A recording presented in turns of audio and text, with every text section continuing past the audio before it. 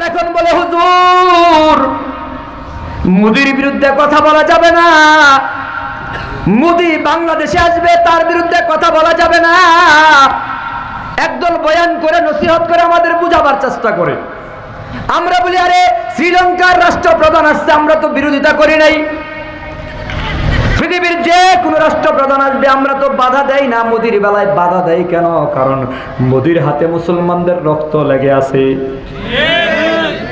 মোদির হাতে মুসলমানদের রক্ত লেগে আছে।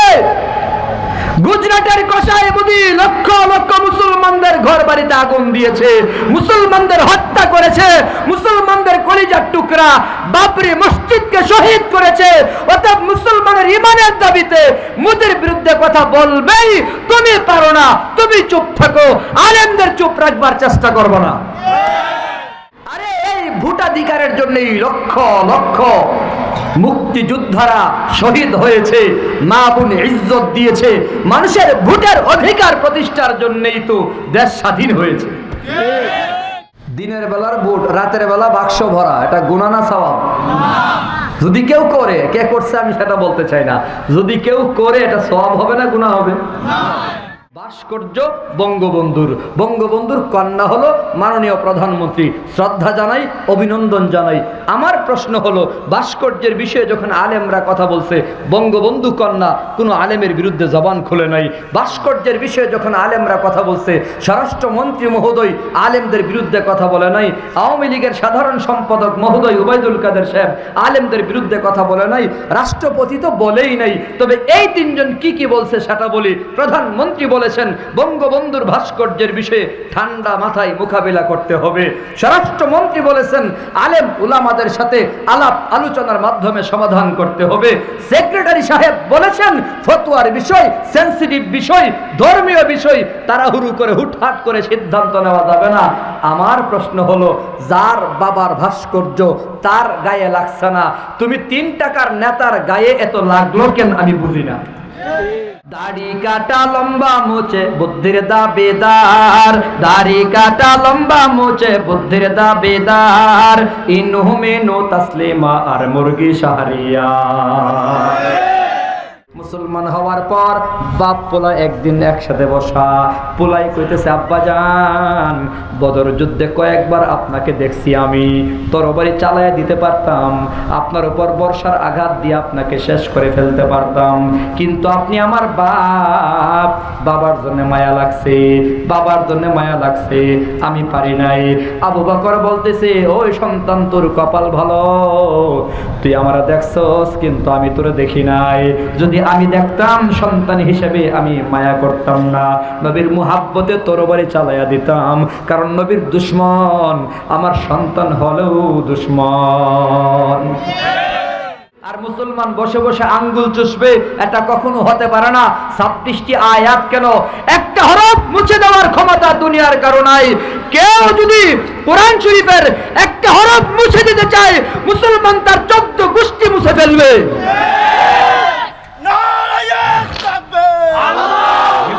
কবিরা গুনাহের জন্য জাহান্নাম, আরে সগীরা গুনাহের কারণে আল্লাহ জাহান্নাম দেবে না, কবিরা গুনাহের কারণে আল্লাহ জাহান্নাম দেবে। সগীরা গুনাহগুলো তো নেক আমলের দ্বারাই মাফ হয়ে যায়, ওযু গোসলের দ্বারাই মাফ হয়ে যায়, কিন্তু কবিরা গুনাহগুলো আল্লাহর কাছে এক্সট্রা আলাদা মাফ না চাইলে আল্লাহ মাফ করে না। এটাকেই আমরা তওবা বলে জানি। আচ্ছা, কোন হুজুর যদি রাজনীতিও করে তো হুজুরের কি রাজনীতি করার অধিকার নাই? বঙ্গবন্ধু তো এই অধিকারের জন্য জীবন দিছে নাকি? প্রত্যেকটা মানুষের, মসজিদের ইমাম সাহেবের রাজনীতি করার অধিকার আছে না নাই? সে তো নাগরিক, এটা নাগরিক অধিকার। আশুক না যত বাধা যত ঝড় সাইক্লোন, রাসূলের পথে মোরা চলবই চলবই, এই জীবন বাজি রেখে দিনের নিশান মোরা বাংলার আকাশে উড়াবই। আশুক না যত বাধা যত ঝড় সাইক্লোন, রাসূলের পথে মোরা চলবই চলবই, এই জীবন বাজি রেখে দিনের নিশান মোরা বাংলার আকাশে উড়াবই। আসুক না যত বাধা যত ঝড় সাইক্লোন রাসূলের পথে মোরা চলবই চলবই এ জীবন বাজি রেখে দিনের নিশান মোরা বাংলার আকাশে উড়াবই মোরা কামানের মুখোমুখি দাঁড়িয়ে মোরা কামানের মুখোমুখি দাঁড়িয়ে আল্লাহু আকবার বলবো। আসসালামু আলাইকুম ওয়া রাহমাতুল্লাহি ওয়া বারাকাতুহু। ইন্নাল হামদুলিল্লাহ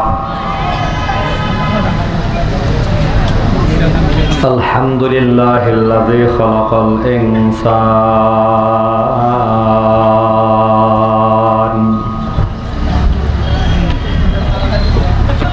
ওয়া আল্লামাহুল বায়ান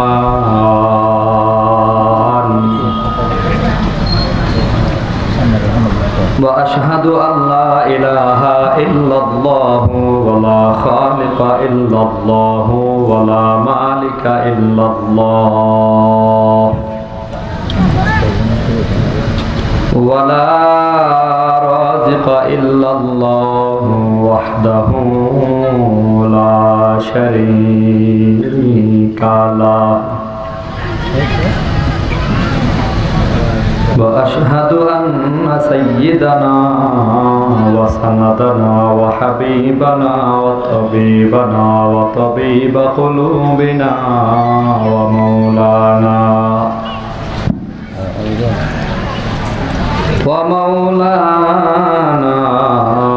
محمدا عبده ورسوله صلى الله تعالى عليه وعلى آله وأصحابه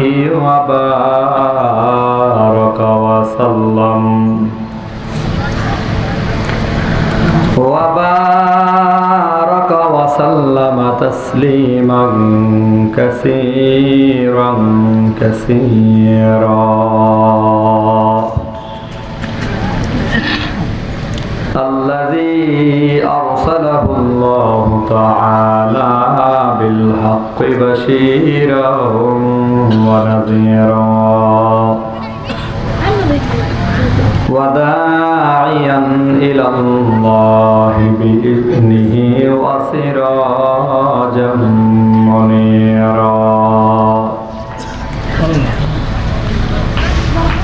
أما بعد فأعوذ بالله من الشيطان الرجيم. بسم الله الرحمن الرحيم.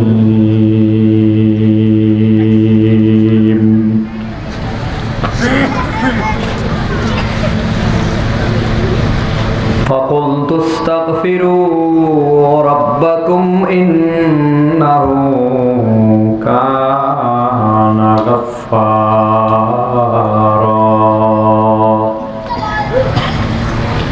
يرسل السماء عليكم مدرارا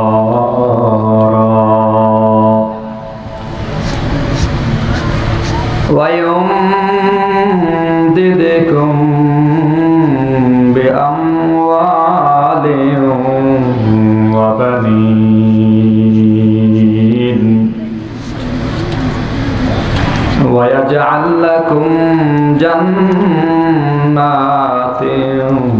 ويجعل لكم أنهارا.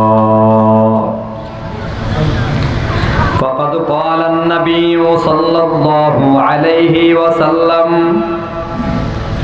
أعددت لعبادي الصالحين ما لا عين رأت ولا أذن سمعت ولا خطر على قلب بشر أو كما قال النبي عليه الصلاة والسلام. صدق الله العظيم وصدق رسوله النبي الكريم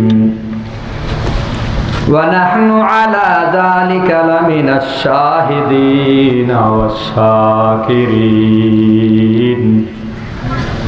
والحمد لله رب العالمين.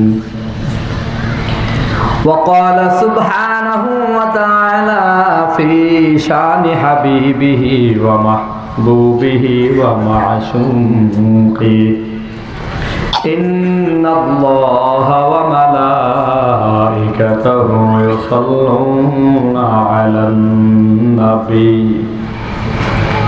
يا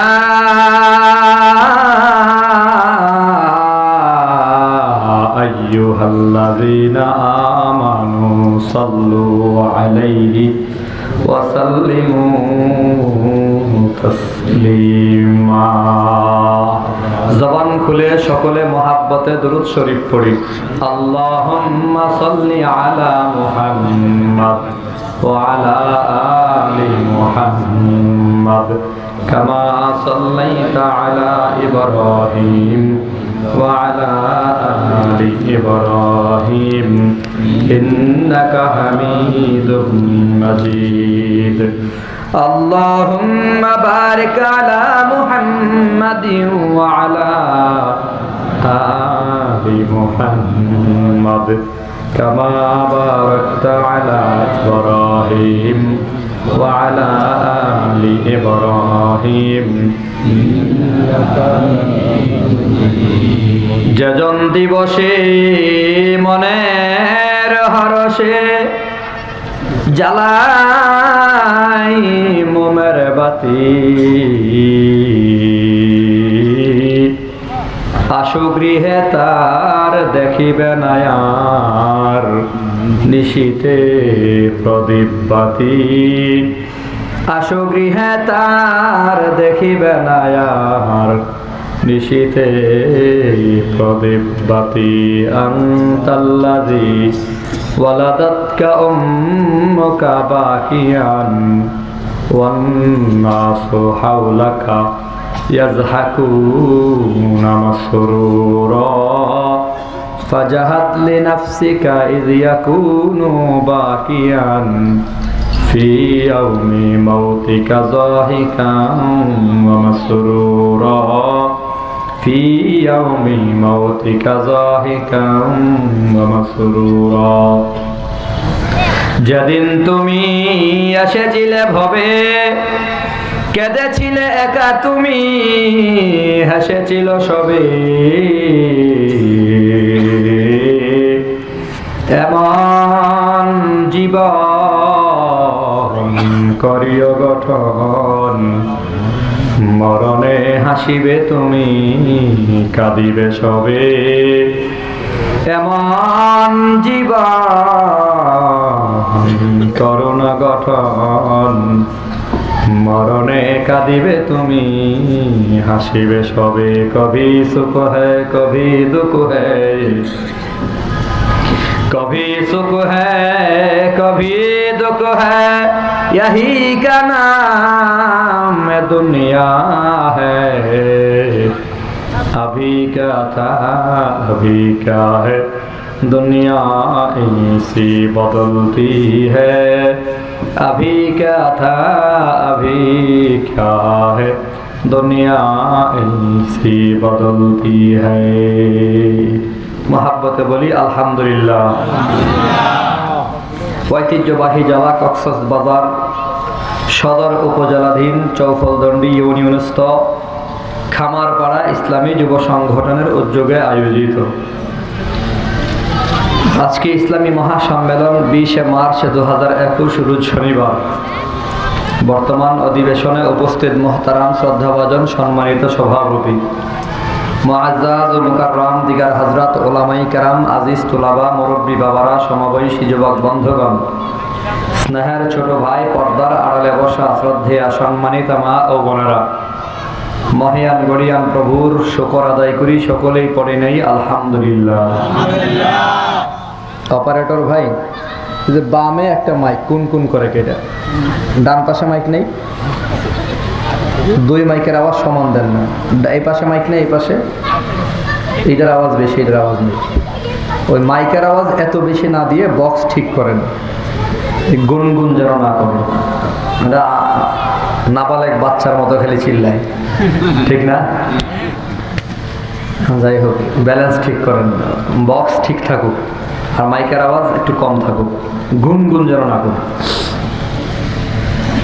আজকে বয়ান খুব লম্বা করার নিয়ত নাই, আবার একেবারে বাইকটাও না। 26 ইঞ্চি বয়ান হইব, কয়েক ফুট, ঠিক না? তবে অনেক বয়ানের ইচ্ছা ছিল, অনেক সিদ্ধান্ত ছিল, খুতবা পরিসময় সিদ্ধান্ত পাল্টাইয়া নিয়ত করছি যে একটা আমলের বয়ান করব আজকে, যে আমলটা করলে আল্লাহ পাক রব্বুল আলামিন দুনিয়াতে আপনাকে আমাকে এমন কিছু নিয়ামত দেবেন যে এর পরে আর চাহিদাই থাকবে না। এই একটা আমলের বিনিময়ে পরকালে আল্লাহ জান্নাত দিয়ে দেবেন। আমলটা নিয়ে বাড়ি যাবে, একটা আমল। কয়টা আমল বলেন? কয়টা আমল? ওই আমলটা এই যে বললাম যে আওয়াজ যেন কমায় দেয়, দিছে বাড়ায়া বলবেন। একটা আমল হবে, ওই আমলটা হচ্ছে আল্লাহর কাছে মাপ চাওয়া। আল্লাহর কাছে একটু কমান, আমি কমাইতে বলছি, বুঝে নাই, বাড়াইতে বলছি না তো। আমার আওয়াজে তো অভাব নাই, একটু পরে টান মারলে তো মাইক যাইব গাইনি। আমার কি দুর্বল মনে হইতেছে নাকি? অনেক অপারেটররা বুঝে না, বক্তা যখন শুরুতে আস্তে আস্তে খুতবা শুরু করে তো মাইকের সাউন্ড দেয় বাড়ায়, মনে করে যে আওয়াজ কম। আরে গাড়ি মাত্র স্টার্ট দিছি, এটা তো ফার্স্ট গিয়ারে কিছুক্ষণ চলতই, ঠিক না? প্রথমেই হ্যাচকা যদি 4 নাম্বার গিয়ারে ফালাইয়া দেয় তো গিয়ার টিয়ার ঠিক থাকবো? ধীরে ধীরে। আর রাস্তাও আলহামদুলিল্লাহ এখন অনেক ভালো, আস্তে আস্তে গেলেও তাড়াতাড়ি যাওয়া যায়, ঠিক না? এখন তো ঈদগাহ থেকে কক্সবাজার রাস্তা একেবারে পিনপিনা রাস্তা, তা আস্তে আস্তে গেলেও যাওয়া যাবে ইনশাআল্লাহ। সাউন্ডে তো বাড়াবার দরকার নেই, একটা ব্যালেন্স। আমি বলছি কমাই রাখেন, হ্যাঁ দিচ্ছে বাড়াইয়া, গুনগুন আওয়াজ সা করে যেন না হয়। আমার একটু সময় দেওয়া লাগবে, ধীরে ধীরে কথা হবে ইনশাআল্লাহ। রাজি তো? ফরিদপুরে এক মাহফিলে গেলাম, প্রথম শুরু করছি ধীরে ধীরে, আস্তে আস্তে আওয়াজ দিয়া, তারপরে হ্যাস দিছে সাউন্ড বাড়ায়া। তো বাড়াইয়া গেছে গা খাইতে গেছে পরে আমি যখন টান দিছি, গিয়ার যখন ফালাইছি, তখন গেছে গা ইউনিট। এখন বেচারা খাইবো না দৌড়াইবো, দৌড়াইয়া টোড়ে আইসা আধা ঘন্টা লাগছে ইউনিট ঠিক করতে। কোনটা গেছে হিসাব নাই, 2-3টা গেছে গা। সেজন্য আপনি লিমিটে রাখেন, আনলিমিটেড সাউন্ড দিয়েন না, আবার একেবারে কমাইলেন না, পরে বেজালি। মোটামুটি মাঝামাঝি, আলহামদুলিল্লাহ। তো একটা আমল, যে আমলটা করলে আল্লাহ দুনিয়াতে এমন কিছু নিয়ামত দেবেন যে দুনিয়াতে এরপরে আর চাহিদা থাকবে না, পরকালে আল্লাহ জান্নাত দিয়ে দেবেন। ওই আমলটা হচ্ছে আল্লাহর কাছে মাপ চাওয়া। আল্লাহর কাছে কি চাওয়া? কথা বলেন সবাই। ক্ষমা চাওয়া আল্লাহর কাছে। আল্লাহর কাছে ক্ষমা চাইতে কোনো অসুবিধা আছে? এই আল্লাহ আমাকে মাফ করে দাও, কথাটা এরকম। আপনাদের চট্টগ্রামে বলে আল্লাহ আরারে মাফ করি দাও। আল্লাহ বুঝেনি? আল্লাহ আরারে মাফ করি দাও, এই কথা কইলে আল্লাহ বুঝবো নি? আরে আল্লাহ বুঝেনি? আল্লাহু আকবার বলেন না। সকলের ভাষা বুঝে আল্লাহ। সুবহানাল্লাহ। আল্লাহ আরারে মাফ করি দাও, আল্লাহ আমাকে মাফ করে দাও, আল্লাহ তোমার কাছে মাফ চাই, তুমি আমাকে মাফ করো। এই কথাগুলোর আরবি হচ্ছে আস্তাগফিরুল্লাহ। এই কথাগুলোর আরবি কি? মুখস্থ করেন, কাজে লাগবো মিয়া। আস্তাগফিরুল্লাহকে দুর্বল মনে করিয়েন না। আল্লাহ পাক বলে উম্মতের বান্দার জবান থেকে যত শব্দ বাক্য বের হয় এর ভেতরে সবচেয়ে পছন্দের বাক্য হলো আস্তাগফিরুল্লাহ। আল্লাহ সবচেয়ে বেশি পছন্দ করেন, আল্লাহর বেশি ভালো লাগে বান্দা যখন আল্লাহর কাছে মাপ চায়। আস্তাগফিরুল্লাহাল্লাযী লা ইলাহা ইল্লা হুয়াল হাইয়ুল কাইয়্যুম ওয়া আতুবু ইলাইহি। পুরোটা পারি না, শুধুমাত্র পারি আস্তাগফিরুল্লাহ আস্তাগফিরুল্লাহ। কারা কারা পারি একটু হাত দেখি, এইটুকু কারা কারা পারি? জবান চালু আছে সবার?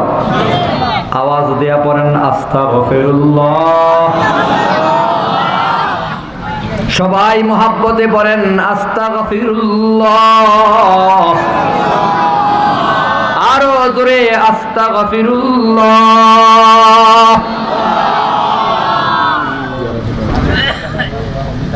আল্লাহর কাছে বড় প্রিয় শব্দ, আল্লাহ খুব বেশি পছন্দ করেন বলেই আপনার আমার নবীর আমল নামায় কোনো গুনাহ না থাকার পরেও কমপক্ষে দৈনিক 70 বার আল্লাহর কাছে মাপ চাইত। এই নবীর আমল নামায় কোনো গুনাহ আছে? কথা বলেন, গুনাহ আছে? বেগুনাহ মাসুম নবী কমপক্ষে 70 বার আল্লাহর কাছে মাপ চাইত। আর আমার আপনার আমল নামায় তো গুনাহের গুড়াউন। গুনাহ আছে না নাই? হ্যাঁ, দান চুরির গুনাহ, গম চুরির গুনাহ, রডের জায়গায় বাঁশ দেওয়ার গুনাহ আছে না? আর বুট চুরির গুনাহ তো নাই। হ্যাঁ,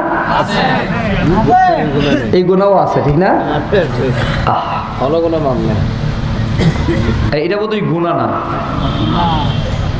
কি মনে করেন? বুট চুরি করা গুনাহ না? একজনের বুট আরেকজনের দেওয়া সওয়াব না গুনাহ? কথা কয় না। দিনের বেলার বুট রাতের বেলা বাক্স ভরা, এটা গুনাহ না সওয়াব?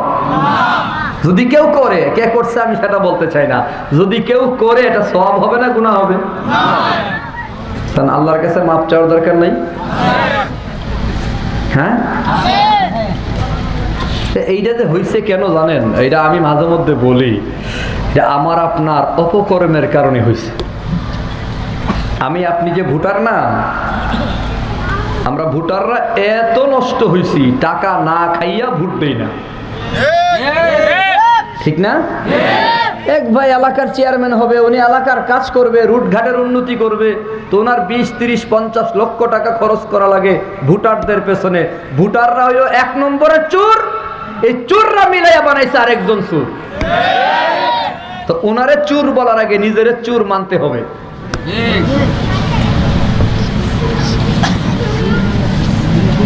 টাকা খায়া ভোট দেওয়ার লোক নাই? আচ্ছা, ভোটের জন্য টাকা খাওয়া হালাল না হারাম? আপনারা ফতোয়া দেন, আমি কিছু কইব না। এই ভাই নির্বাচন করবে, ধরেন, উনি করে কিনা জানি না, আমি ওনার কথা কইছি, ধরেন আর কি। হ্যাঁ, যে করবো না একজন লোক দেখান, উনি করলে তো ওনার পক্ষে অ্যাডভাইস হইব। ধরেন যে আমি আপনাদের এলাকায় নির্বাচন করুন, ধরেন, যেহেতু করতাম না বলা যায়, আমার থেকে যদি আমারে ভোট দেওয়ার জন্য আপনি টাকা নেন, এই টাকা নেওয়া হালাল না হারাম? কথা কয় না? আরে হালাল না হারাম? দুঃখ হলো একটা দেশি মুরগি বিক্রি হয় 500, 700, 1000, এই মুরগির দামে ভুটার বিক্রি হয় 1000। মুরগির চেয়েও যেন মানুষের দাম কম। গরু ছাগলের দাম তো আরো বেশি আছে, 5000, 10000, 50000। কি আজীব! আইতেছে সামনে নির্বাচন, টাকার একটা খেলা হইব, ঠিক না? ওই যে কয় না খেলা হবে, এইটা মূলত টাকার খেলা, এরা আমলের খেলা না। আমরা পরিষ্কার যেটা, আমরা খেলতে চাই না, আমরা কারোর সাথে খেলবো না, আমরা দোয়া করব, ঠিক নেই? ইসলাম খেলার জিনিস না, বুঝানোর জিনিস। কেউ যদি আমাকে মারতে কয়, আমি তার জন্য দোয়া করি। কেউ যদি আমার গালি দেয়, আমি তার জন্য মহাব্বত করি, দোয়া করি। ইসলাম হলো মহাব্বতের জিনিস, কোলাকুলির জিনিস। খেলাধুলার জিনিস না। তো নির্বাচন আসলে টাকার একটা খেলা শুরু হয়। আমি মাঝে মধ্যে দুঃখে বলি, টাকা খাবেন কেন? 5 জন প্রার্থীর ভেতরে যাকে যোগ্য মনে হবে তার পক্ষে নিজের টাকা খরচ করে কাজ করা লাগবে। তারে পোস্টার দেবেন, ব্যানার দেবেন, ঠিক নেই? এক হুজুর বয়ানে বলতেছে, এক লোক এসে দাওয়াত দেবে, তো লোকের জিজ্ঞাসে তোমাদের এলাকার নির্বাচনের কি খবর, মাহফিল যে করাবা?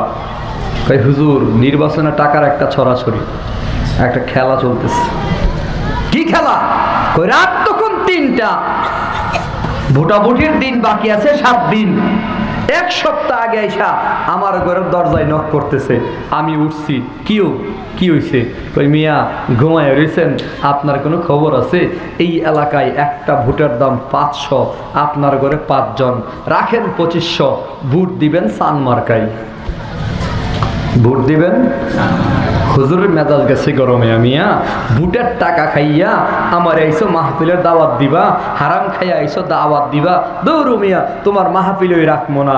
লোকটা বলতেছে, না হুজুর টাকা তো খাইছি না, ফেরত দিছি। তো হুজুরের জিগায় ফেরত দিলা কেন? কই ফেরত দিছি আর কইছি ভোট রয়েছে 7 দিন, 7 দিন আগেই যদি ভোটের দাম 500 হয়, আগের রাতে কত হয় না দেখিয়া টাকা নেব না। মানে নিব, বাকি আগের রাইতে নিব, সান রাইতে, কারণ সান রাইতে ভোটের দাম কমে না বাড়ে। এইভাবে আমরা টাকা খাইয়া ভোট দিছি, আমানতের খেয়ানত করেছি। আল্লাহ আমানত দিয়েছিল, ভোটাধিকার দিয়েছিল। আরে এই ভোটাধিকারের জন্যই লক্ষ লক্ষ মুক্তিযোদ্ধারা শহীদ হয়েছে, মা বোন ইজ্জত দিয়েছে। মানুষের ভোটের অধিকার প্রতিষ্ঠার জন্যই তো দেশ স্বাধীন হয়েছে। বঙ্গবন্ধুর মিশন আর মিশন তো এটাই ছিল, আমার দেশের জনতার ভোটের অধিকার ফিরিয়ে দিতে হবে। ভোটে বঙ্গবন্ধু জয়যুক্ত হয়েছে, পাকিস্তান বাহিনী মানতে নারাজ। ভোটাধিকার প্রতিষ্ঠার লক্ষ্যেই তো মুক্তিযুদ্ধের সূচনা শুরু হলো। তো আজকে অধিকার আপনার আমার থেকে যদি চলে যায়, সেটা আপনার আমার অপরাধের কারণে গেছে। আমি মাঝে মধ্যে বলি যে নির্বাচন কমিশনারকে ধন্যবাদ জানাতে মনে চাই আমার, যে ভালো হয়েছে একদিকে আমরা টাকা খেয়ে ভোট দিই, অতএব আমাদের থেকে নিয়ামত নিয়ে গেলেই ভালো। আরেকদিকে আমার এক কাকা কইছিল, ভাতিজা একটা দিক খেয়াল করছো কি? কই যারা বিদেশে আছে এদের কিন্তু ভোট দেওয়ার সুযোগ ছিল না, এরাও এখন আল্লাহ পাকের মেহেরবানি এদের ভোটটাও কাষ্ট হয়। এরপরে যারা মরে গেছে গা এদের ভোটও কাষ্ট হয়, একটা সুযোগ তো হয়েছে। এক মুরব্বী চাচা ভোট কেন্দ্রে গিয়া কান্দে, এক যুবক জিগায়, চাচা কান্দেন কেন? কই ভাতিজারে কান্দি তো আমার ভোট হয়ে গেছে এই দুঃখে না, আমি শুনছি তোর চাচি বলে ভোট দিয়ে গেল, তাই ভোট দিতে আইলো, আমারে যে দেখতে গেল না, মরে গেছে গা 5 বছর হয়েছে, ভোট দিতে আই কিন্তু আমারে যে দেখে না, এই দুঃখে আমি কান্দিছি। আল্লাহ আমাদের মাফ করেন। আমি এটাও বলতে চাচ্ছি না, আমার কথা হলো আমাদের আমল নামাই বিভিন্ন রকমের গুনাহ পাপ আছে না নাই? কথা বলেন। অনেক রকমের গুনাহ আমল নামাই জমাইছি, গুনাহের অভাব নাই, পাপের অভাব নাই। সব পাপ সামনে নিয়ে আল্লাহর কাছে মাপ চাইমু। নতুন করে আবার তওবার কথা, মাপ চাওয়ার কথা বলতে হচ্ছে কেন? 2020 সালে করোনা ভাইরাসের ধাক্কায় মনে করছিলাম মুসলমান বোধহয় নতুন করে ঈমান আনছে, ভালো হয়ে গেছে। মুসলমানের ঈমান দুর্বল হয়েছে, মুসলমানের মন একটু দুর্বল হয়েছে। করোনা ভাইরাসের ধাক্কায় যখন দেখছে বাবার লাশ, সন্তান নেয় না, সন্তানের লাশ বাবা নেয় না। যখন দেখলাম মায়ের লাশ নেওয়ার মতো সন্তান নাই, ভাইয়ের লাশ নেওয়ার মতো বোন নাই, বোনের লাশ নেওয়ার মতো ভাই নাই, তখন দেখছি টুপিওয়ালা দাড়িওয়ালা আলেম ওলামারা এই লাশগুলো বহন করেছে, গোসল করাইছে, কাফন পরাইছে, জানাজা পড়াইছে, দাফন করাইছে। আলেম ওলামারা এই করোনার লাশগুলোকে দাফন করেছে। ওই সময় আলেম ওলামারা যদি করুণার লাশগুলাকে দাফন না করত, হসপিটালের বারান্দায় রাস্তায় কুত্তা বিড়ালের মতো পড়ে থাকতো। কুকুর বিড়াল যেমন পড়ে থাকে, মানুষের লাশগুলো পড়ে থাকতো। আলেম ওলামারা মায়া করিয়া, ইমানের দাবি মনে করিয়া মুসলমান ভাই বোনের লাশগুলাকে দাফন করাইছে। ধাক্কায় মানুষগুলার দিল বোধহয় নরম হয়েছে, আলেম ওলামাদের প্রতি মহাব্বত ভালোবাসা বৃদ্ধি পাইছে, এটাই মনে করছিলাম। কিন্তু না, 21 সালে যখন দেখলাম মূর্তি আর ভাস্কর্যের প্রসঙ্গ চলে আসছে, মূর্তি আর ভাস্কর্যের প্রসঙ্গে গিয়া যখন আলেম ওলামারা কোরআন হাদিসের আলোকে বলছে এটা হারাম, এটা বানানো যাবে না, তখনই দেখলাম একদল আলেমদের গালাগালি শুরু করেছে। আলেমদের হাত ভাঙবে, ঘাড় ভাঙবে, পাকিস্তান পাঠাইয়া দেবে। আলেমরা যখন বলল মূর্তি হারাম, ভাস্কর্য হারাম, বানানো যাবে না, তখন একদল ফতোয়া মানতে পারে নাই। আমার দুঃখ এখনো আমি বুঝি না, ডাক্তার যখন ঠান্ডায় বলে ফেনাডিন 120 খাইলে ঠান্ডা ভালো হবে, আমরা হুজুররা মানি, বিরোধিতা করি না। ইঞ্জিনিয়ার যখন বলে 5 তলা ভবন বানাইতে গেলে এখানে 600টা রড 6টা দেওয়া লাগবে, 10 ফুট গভীরে নেওয়া লাগবে, আমরা মানি, তার ফতোয়ার কোনো বিরোধিতা করি না। অ্যাডভোকেট যখন আইনের বিষয় নিয়ে কথা বলে, অ্যাডভোকেট লয়ারের কথা আমরা মানি। একজন কৃষিজীবী, কৃষি বিজ্ঞান যখন বলে এই ফসল, এই গাছের ভেতরে ফলন বাড়াতে হলে এই প্রকারের সার দেওয়া লাগবে, তখন আমরা তার ফতোয়া সেখানে মানি। যে যেখানে বিশেষজ্ঞ ওই জায়গায় আমরা মানি। অঙ্কের টিচার যখন অঙ্কের কথা বলে আমরা মেনে নেই, বাংলা টিচার বাংলা সাহিত্য নিয়ে যা বলে আমরা মেনে নেই, বিজ্ঞানীরা যখন থিওরি পেশ করে আমরা মেনে নেই। কিন্তু দুঃখ, আলেম ওলামারা যখন ইসলামী ফতোয়া নিয়ে কথা বলে, আলেম ওলামারা যখন কোরআন হাদিস থেকে কথা বলে, তখন তোমরা কেন মানো না? আমরা ডাক্তারের কথা মানি, তোমরা আলেমের কথা মানো না কেন? আমরা ইঞ্জিনিয়ারের কথা মানি, তোমরা আলেমের কথা মানো না কেন? ফতোয়ার বেলায় আলেমদের কথা মানতে চায় না। বিশেষ ব্যাপারটা কি রে মুসলমান, ব্যাপারটা কি?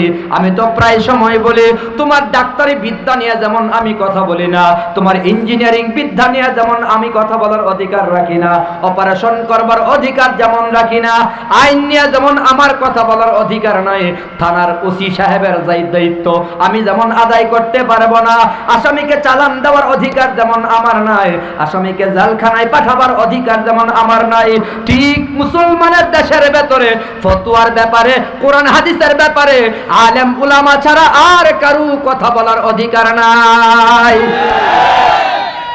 কোনটা হালাল কোনটা হারাম এটা কি ডাক্তার বলবে না হুজুর বলবে? কথা কয় না। কোন ঔষধটা খাইলে ভালো হবে এটা কি হুজুর বলবে না ডাক্তার বলবে? বুঝেন কোন ঔষধ খাইলে ঠান্ডা ভালো হবে এটা কি হুজুর ভালো বুঝে না ডাক্তার ভালো বুঝে? তো ডাক্তারের কথায় যদি আমি ঔষধ খাইতে পারি, তো আলেমের কথায় তুমি হারাম মানতে পারো না কেন? তুমি মানতে পারো না, এর দ্বারা প্রমাণ হয় তোমার জন্মটা হালাল হইছে না। একদল আছে শুধু হুজুরদের দোষ তালাশ করে, আছে না নাই? হ্যাঁ, হুজুর 1,30,00,000 টাকা দামের গাড়িতে উঠলো কেন? শুরু হয়ে গেছে খাওজানি। হুজুরে তো দামি গাড়ি পাইলো কই? পত্রিকায় হেডলাইন, বিবিসি নিউজ 71 টিভিতে একেবারে বড় করে দিছে, হুজুর এত টাকা পাইলো কই? 1,30,00,000 টাকা দামের গাড়ি হুজুর পাইলো কই? চিন্তা করেন। মানুষই এগিয়ে।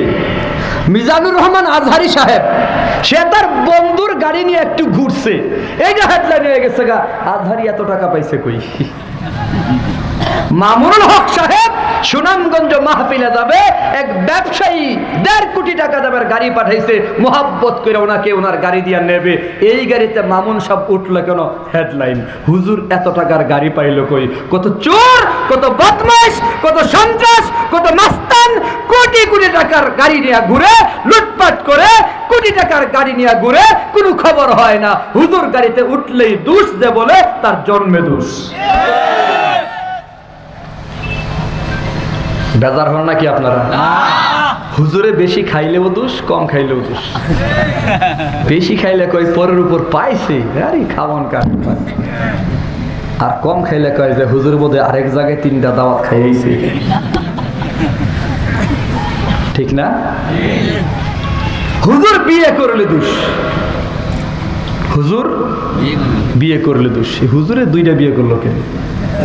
দোষ। হুজুর বিয়ে না করলে চাকরি নেই। হুজুরে ভালো একটা কাপড় পরলে দোষ, ভালো কাপড় না পরলেও দোষ। যারা এত বেশি হুজুরের দোষ তালাশ করে, আমি মনে করি এর জন্মে দোষ। এটা আবার কথা না, ইমাম আবু হানিফার কথা। একদল নাস্তিক আছে বাংলাদেশে, দল মতের ঊর্ধ্বে। নাস্তিকের সংখ্যা একেবারে অল্প, একেবারে অল্প। এরা সব দলের ভেতরে গাপটি মেরে বসে থাকে, কিছু হলেই ইসলামের বিরুদ্ধে কথা বলার সুযোগ তালাশ করে। ঠিক নেই? এই ভাস্কর্যের বিষয় যখন আসছে, আলেম উলামারা বলছে এটা হারাম। আমি একটা জিনিস, আমার বয়ান A to Z শুনবেন শেষ পর্যন্ত। কারো মনে প্রশ্ন আসলে প্রশ্নের জবাব আমি দিয়ে যাব, কোনো সমস্যা নাই। আপনি প্রশ্ন করার আগেই জবাব দিতে পারবো ইনশাল্লাহ, বাকি একটু সময় দিয়েন। ভাস্কর্য বঙ্গবন্ধুর কন্যা হলো মাননীয় প্রধানমন্ত্রী, শ্রদ্ধা জানাই, অভিনন্দন জানাই। আমার প্রশ্ন হলো, ভাস্কর্যের বিষয়ে যখন আলেমরা কথা বলছে, বঙ্গবন্ধু কন্যা কোনো আলেমের বিরুদ্ধে জবান খুলে নাই। ভাস্কর্যের বিষয়ে যখন আলেমরা কথা বলছে, স্বরাষ্ট্রমন্ত্রী মহোদয় আলেমদের বিরুদ্ধে কথা বলে নাই। আওয়ামী লীগের সাধারণ সম্পাদক মহোদয় ওবায়দুল কাদের সাহেব আলেমদের বিরুদ্ধে কথা বলে নাই। রাষ্ট্রপতি তো বলেই নাই। তবে এই 3 জন কি বলছে সেটা বলি। প্রধানমন্ত্রী বলেছেন বঙ্গবন্ধুর ভাস্কর্যের বিষয়ে ঠান্ডা মাথায় মোকাবিলা করতে হবে। স্বরাষ্ট্রমন্ত্রী বলেছেন আলেম উলামাদের সাথে আলাপ আলোচনার মাধ্যমে সমাধান করতে হবে। সেক্রেটারি সাহেব বলেছেন ফতোয়ার বিষয়, সেন্সিটিভ বিষয়, ধর্মীয় বিষয় তাড়াহুড়ো করে হুটহাট করে সিদ্ধান্ত নেওয়া যাবে না। আমার প্রশ্ন হলো, যার বাবার ভাস্কর্য তার গায়ে লাগছে না, তুমি 3 টাকার নেতার গায়ে এত লাগলো কেন? আমি বুঝি না। মার পুরে না মারানির পুরে, ঘর পুরে না ধুমা উড়ে, আমাদের ব্রাহ্মণবাড়িয়াতে বলে। প্রধানমন্ত্রী আলেমদের শ্রদ্ধা করে, মহাব্বত করে, ভালোবাসে, আলাপ আলোচনার মাধ্যমে সমাধান হয়েও গেছে। আলহামদুলিল্লাহ বলেন না? প্রধানমন্ত্রী নৈতিকভাবে সিদ্ধান্ত নিয়েছে বঙ্গবন্ধুর ভাস্কর্য হবে না। আলহামদুলিল্লাহ বলেন? ওনার ভালো কাজটাকে বলে ওনাকে অভিনন্দন জানানো উচিত। আমরা মন্দ পাইলে সমালোচনা করি, তো ভালো কাজের প্রশংসা করব না কেন? কালোকে কালো, সাদাকে সাদা বলেন। তো আমার প্রশ্ন হলো, হেতেরে তো গায়ে লাগছে কেন? যে আয়ো খেলা হইব, কোয়া লাগবো। আমরা দেখছি তো কেমন খেলোয়াড়। মায়ের লাশ যখন হাসপাতালে পড়েছিল তখন তোমাদেরকে ফোন দিয়া পাওয়া গেছে না। বাবার লাশ নেওয়ার মতো তোমাদেরকে পাওয়া গেছে না। ভাই বোনের লাশ কবরে নামানোর মতো কাউকে খুঁজা পাওয়া গেছে না। তখন পালিয়ে বেড়াইছো, একমাত্র আলেমরাই পালাইছে না। আজও পর্যন্ত আলেমরা মাদ্রাসা বন্ধ করছে না, মসজিদও ছাড়া নাই। তোমরা এখনো পর্যন্ত শিক্ষা প্রতিষ্ঠান খুলতেই পারছো না। করোনার ভয়ে একজন গ্লাসের ভিতরে হান দিয়েছে, ঠিক নেই? আমরা করোনাকে রিসিভ করেছি, তবে ভয় করেছি আল্লাহকে। কাকে? আমরা স্বাস্থ্যবিধি মেনে চলছি না? ডাক্তাররা যখন বলছে 3 ফুট দূরে থাকবেন, আমরা 3 ফুট দূরত্বে চলছি। মাস্ক ব্যবহার করবেন, মাস্ক সাথে রেখে ঘুরি, আমরা মানি। তো আমাদের ফতোয়া তোমাদের মানতে অসুবিধা কোথায়? ব্যাপারটা কি? আল্লাহ আমাদের বুঝার তৌফিক দেন। সবাই বলে আমিন। আরো জোরে বলে আমিন। কিছু বুদ্ধিজীবীর বুদ্ধির ঠেলায় মাথা হইছে টাকলা, উল্টা পাল্টা বকে বলে তাদের বলি পাগলা।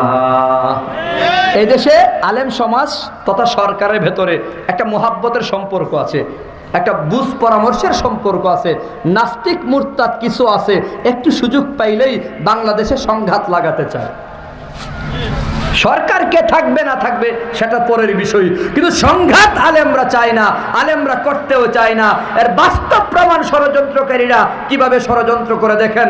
সুনামগঞ্জের সাল্লাই সংখ্যালঘু হিন্দু ভাইদের ঘর বাড়িতে আক্রমণ করেছে, ঘর বাড়ি ভাঙচুর করেছে, তাদেরকে মারধর করেছে। পরের দিন সবগুলো নিউজ পোর্টালে সংবাদ হলো হেফাজতের সমর্থকরা হিন্দুদের ঘর বাড়িতে আক্রমণ করেছে। আজকে সুর পাল্টায় গেছে, গ্রেপ্তার হয়েছে, গিয়া দেখে হেফাজতের কেউ নাই। যারা হেফাজতের বিরুদ্ধে মিছিল করছিল এদেরই চেলাপেলারা আকামটা করছে। চিন্তা করছেন? দোষ দিয়ে লেছে হুজুররা। এদেশে হুজুরদের দোষ তালাশ করে কিছু হইলেই এরা হইল নাস্তিক। এরা কারা? এ নাস্তিক সংখ্যা কম, এরা গুড়ি চাইল্লা ভাইয়ে ভাইয়ে ঝামেলা লাগাতে চায়। আমরা নাস্তিকদের চিহ্নিত করতে হবে। নাস্তিক কারা জানেননি? নাস্তিকদের কিছু সিমটম আমি মাঝে মধ্যে বলি। 1 নম্বর, বুদ্ধির ঠেলায় মাথায় চুল নাই।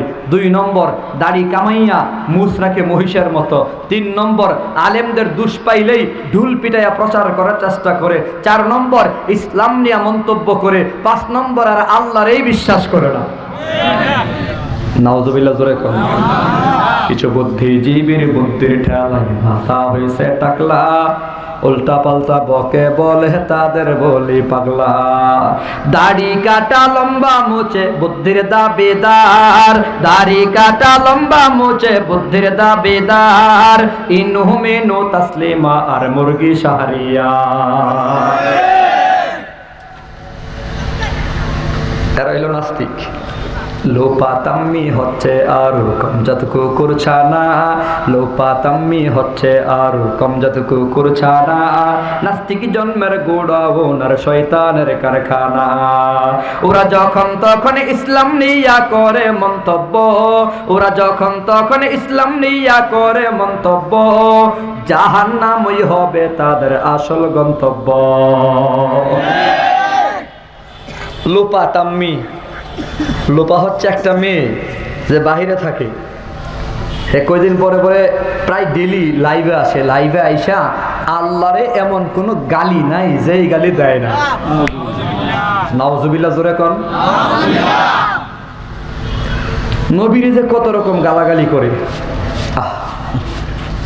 দুঃখ লাগে মাঝে মধ্যে।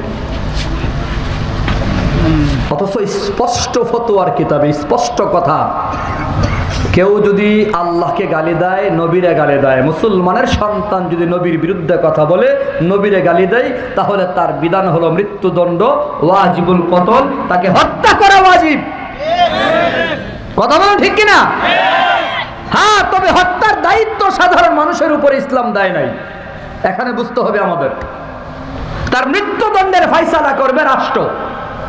রাষ্ট্রে আইন আছে, আদালত আছে, জাস্টিস আছে, বিচারক আছে, সুপ্রিম কোর্ট আছে, জজ কোর্ট আছে।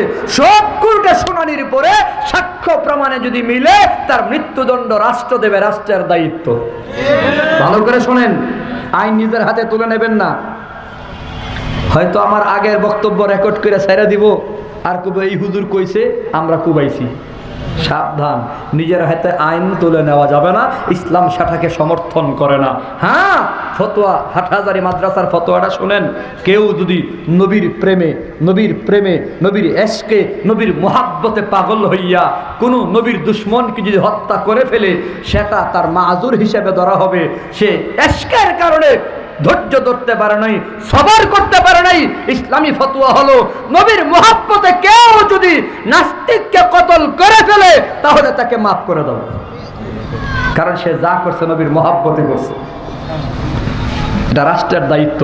রাষ্ট্রে যদি আইন হতো যে নবীর নিয়ে কটূক্তি করলেই ফাঁসি, আমার বিশ্বাস এই রাষ্ট্রে কোন মুসলমানের সন্তান দূরের কথা, বিধর্মীরাও মুহাম্মদ রাসূলুল্লাহকে গালি দেওয়ার সাহস করতো না। তো আইন হয়ে গেলেই তো শান্তি, ঠিক নেই? সবার বেলায় আইন হোক না, অসুবিধা কি? মুহাম্মদ রাসূলুল্লাহকে কটূক্তি করা যাবে না, করলেই মৃত্যুদণ্ড, হোক না আইন। আমরা তো এই কথা বুঝাতে পারি না ভাইরে। কেন বুঝো না? তোমার নেতারে গালি দিলে তোমার মেজাজ গরম হয়, তোমার দলের বিরুদ্ধে কথা বললে তোমার মেজাজ গরম হয়। আমরা তো কলিজা দিয়া নবীরে মোহাব্বত করি। আমার নবীরে কেউ গালি দিলে আমারও তো মনে চাই জিহ্বাটা টান দিয়ে ছিঁড়ে ফেলি। একথা কেন বুঝো না? আল্লাহ আমাদের বোঝার তৌফিক দেন, সবাই বলি আমিন। ঠান্ডা মাথায় ভাববেন। অতএব এ নাস্তিক মুরতাদের সাথে আমাদের আপোষ করা যাবে না। কথা বলেন না। আমাদের নেতৃত্বে যারা আছেন, সমাজ যারা পরিচালনা করেন, ওনাদের দায়িত্ব হলো এলাকায় যদি কোনো উগ্রপন্থী পাওয়া যায়, ইসলাম নিয়ে কটূক্তি করে, মুসলমানদের ধর্ম নিয়ে কটূক্তি করে, অন্য ধর্ম নিয়েও যদি কেউ কটূক্তি করে, তাদেরকে বিচারের আওতায় আমাদের নেতারা নিয়ে আসলেই সাধারণ মানুষ আইন হাতে তুলে নেবে না, ঠিক নেই? অতএব মানুষের ভেতরে যেন ঝামেলা না হয় সেদিকে আমরা না যাই। আল্লাহ আমাদের বুঝার তৌফিক দেন, সবাই বলি আমিন। কিছু বুদ্ধিজীবীর বুদ্ধির ঠেলায় মাথা হয়েছে টাকলা, উল্টা পাল্টা বকে বলে তাদের বলি পাগলা। যখনই ডাক দেবে তোমায় হেফাজত ইসলাম, যখনই ডাক দেবে তোমায় আন্দোলন ইসলাম, জীবন যৌবন সপে দিবা দাওয়াত করিলাম, জীবন যৌবন সপে দিবা দাওয়াত করিলাম। আলেম ওলামারা ডাক দিলে জীবন দিতে রাজি আছে তো ইনশাআল্লাহ? আল্লাহ কবুল করেন, সকলে বলে আমিন। পায়ে ধরে একটা কথাই বলে যায় বান্দা, আল্লাহ নবী কইলা ইউমিনুকুম লা ইউমিনু আহাদুকুম হাত্তা আকুনা আহাব্বা ইলাইহি মিন ওয়ালিদিহি ওয়া ওয়ালাদিহি ওয়ান নাসি আজমাইন। আল্লাহ নবী বলে মুমিন তুমি ততক্ষণ পর্যন্ত পরিপূর্ণ মুমিন হতে পারো নাই যতক্ষণ পর্যন্ত আমি নবীকে তোমার জীবনের চেয়ে বেশি মহাব্বত না করবা, তুমি তোমার সন্তান ছেলে মেয়ের চেয়ে বেশি মহাব্বত না করবা, তুমি তোমার পাড়া প্রতিবেশী দল মত সবার চেয়ে বেশি মহাব্বত না করবা। বান্দা তুমি শুনিয়া নাও, তোমার নেতাকে মহাব্বত করো বাধা নাই, তুমি তোমার পরিবারকে মহাব্বত করো বাধা নাই, কিন্তু আমার নবীর চেয়ে বেশি করা যাবে না। সাবধান, নবীর মহাব্বত সকলের উপরে রাখা লাগবে। কেউ যদি নবীরে গালি দেয় বাপ হলেও কোনো ছাড় দেওয়া যাবে না, কেউ যদি নবীরে গালি দেয় মা হলেও ছাড় দেওয়া যাবে না, নবীরে গালি দেয় নেতা হলেও ছাড় দেওয়া যাবে না। ইমানদারের জীবন নবীর জন্য বিসর্জন করা লাগবে, আল্লাহর জন্য বিসর্জন করা লাগবে। অতএব সিদ্ধান্ত ফাইনাল, ওলামায়ে কেরামদেরকে দমানো যাবে না। কোরআন হাদিসের আলোকে মূর্তি ভাস্কর্য হারাম, আলেমরা হারাম বলবে। সুদ হারাম, আলেমরা সুদকে হারাম বলবে। ঘুষ হারাম, আলেমরা ঘুষকে হারাম বলবে। বেপরদা চলা হারাম, আলেমরা সেটাকে হারাম বলবে। দান চুরি গম চুরি করা হারাম, দুর্নীতি করা হারাম, আলেমরা হারাম বলবে। আলেমরা তো নিজের থেকে কথা বলে না, কোরআন হাদিসের আলোকে যেটা হালাল হালাল বলে, যেটা হারাম হারাম বলে। অতএব আলেমদের জবান বন্ধ করা যাবে না। এক সেকেন্ডের জন্য যদি জবান চালু থাকে, ওলামায়ে কেরাম কোরআন হাদিসের ভেতর থেকেই কথা বলবে। আলেমদের মেরে ফেললেও কোরআন হাদিস ছাড়তে পারবে না। কথা বলুন ঠিক কিনা? একদল এখন বলে হুজুর মোদির বিরুদ্ধে কথা বলা যাবে না, মোদি বাংলাদেশে আসবে তার বিরুদ্ধে কথা বলা যাবে না। একদল বয়ান করে নসিহত করে আমাদের বুঝাবার চেষ্টা করে। আমরা বলি আরে শ্রীলঙ্কার রাষ্ট্রপ্রধান আসছে, আমরা তো বিরোধিতা করি নাই। পৃথিবীর যে কোনো রাষ্ট্রপ্রধান আসবে আমরা তো বাধা দেই না। মোদির বেলায় বাধা দেয় কেন? কারণ মোদির হাতে মুসলমানদের রক্ত লেগে আছে, মোদির হাতে মুসলমানদের রক্ত লেগে আছে। গুজরাটের কসাই মোদি লক্ষ লক্ষ মুসলমানদের ঘর বাড়িতে আগুন দিয়েছে, মুসলমানদের হত্যা করেছে, মুসলমানদের কলিজার টুকরা বাবরি মসজিদকে শহীদ করেছে। অর্থাৎ মুসলমানের ইমানের দাবিতে মোদির বিরুদ্ধে কথা বলবেই তুমি পারো না, তুমি চুপ থাকো। আলেমদের চুপ রাখবার চেষ্টা করবো না। তোমার ইমান দুর্বল, তুমি থাকো তোমার ইমান নিয়ে। আমাকে বলতে হবে, মেরে ফেললেও বলতে হবে। কথা ক্লিয়ার? চলে তো, মানুষ তো দাঁড়াই আছে না, অসুবিধা কি? দাঁড়াই থাকলে বলতাম, গরম লাগতেছে, এগুলো ফ্যান ট্যান থাকলে দিয়ে। শুনেন মিয়া, বাংলাদেশের মুসলমান এটা মেনে নেয় না, কারণ সে বাবরি মসজিদ শত হাজার বছরের ঐতিহ্য মসজিদকে শহীদ করেছে, মুসলমানদের ঘর বাড়িতে আগুন দিয়েছে। সে একজন সাম্প্রদায়িক নেতা। কথা কোন ঠিক কিনা? ভারতের যে কেউ আসুক, তো মোদির বিরুদ্ধে মুসলমানরা কথা বলবে, ইমানদাররা কথা বলবে, এটাই তো স্বাভাবিক। হ্যাঁ, আপনি মানতে পারেন না পারেন, চুপ থাকেন। আল্লাহ আমাদের বুঝার তৌফিক দেন, সবাই বলে আমিন। আরো জোরে বলে আমিন। আমরা তো ফাইনাল সিদ্ধান্ত নিছি, আমাদেরকে মেরে ফেললেও আমরা কোরআন হাদিসের আলোকেই কথা বলবো। 1000 বছর বাঁচার ইচ্ছা আমাদের নাই, মরা লাগবে আল্লাহকে রাজি রাইখা মরতে চাই। লা তাআতা লি মাখলুকিন ফি মাসিয়াতিল খালিক। আল্লাহর নবী বলছেন দুনিয়ার কাউরে খুশি করবার জন্য আল্লাহকে বেজার করা যাবে না। আল্লাহকে খুশি রাখতে গিয়া ভাই বেজার হবে গুল্লি মারি, বাপ বেজার হবে গুল্লি মারি। আরে আবু বকরের সন্তান হলো বিধর্মী, এখনো পর্যন্ত ইসলাম ধর্ম গ্রহণ করে নাই। সিদ্দিক আকবর আবু বকর নবীর সাথী মুসলমান। বদর যুদ্ধে দুইজন দুই দিকে, আবু বকর আমার নবীর দলে, আবু বকর সিদ্দিক রাদিয়াল্লাহু তাআলার সন্তান হলো নবীর বিপক্ষে আবু জাহালের দলে। কিন্তু আবু বকর সিদ্দিক তার সন্তানকে দেখে নাই, সিদ্দিক তার সন্তানকে দেখে নাই, সন্তান আবু বকরকে দেখছে। যুদ্ধ শেষ, পরবর্তী সময় আবু বকর সিদ্দিক রাদিয়াল্লাহু আনহুর সন্তান কালিমা পড়ে মুসলমান হয়ে গেছে। মুসলমান হওয়ার পর বাপ পোলা একদিন একসাথে বসা, পোলাই কইতেছে আব্বা জান বদর যুদ্ধে কয়েকবার আপনাকে দেখছি, আমি তরবারি চালায়া দিতে পারতাম, আপনার উপর বর্ষার আঘাত দিয়ে আপনাকে শেষ করে ফেলতে পারতাম, কিন্তু আপনি আমার বাপ, বাবার জন্য মায়া লাগছে, বাবার জন্য মায়া লাগছে, আমি পারি নাই। আবু বকর বলতেছে ওই সন্তান তোর কপাল ভালো, তুই আমার দেখছস কিন্তু আমি তোরে দেখি নাই। যদি আমি দেখতাম সন্তান হিসেবে আমি মায়া করতাম না, নবীর মুহাব্বতে তরবারি চালায়া দিতাম, কারণ নবীর দুশমন আমার সন্তান হলেও দুশমন।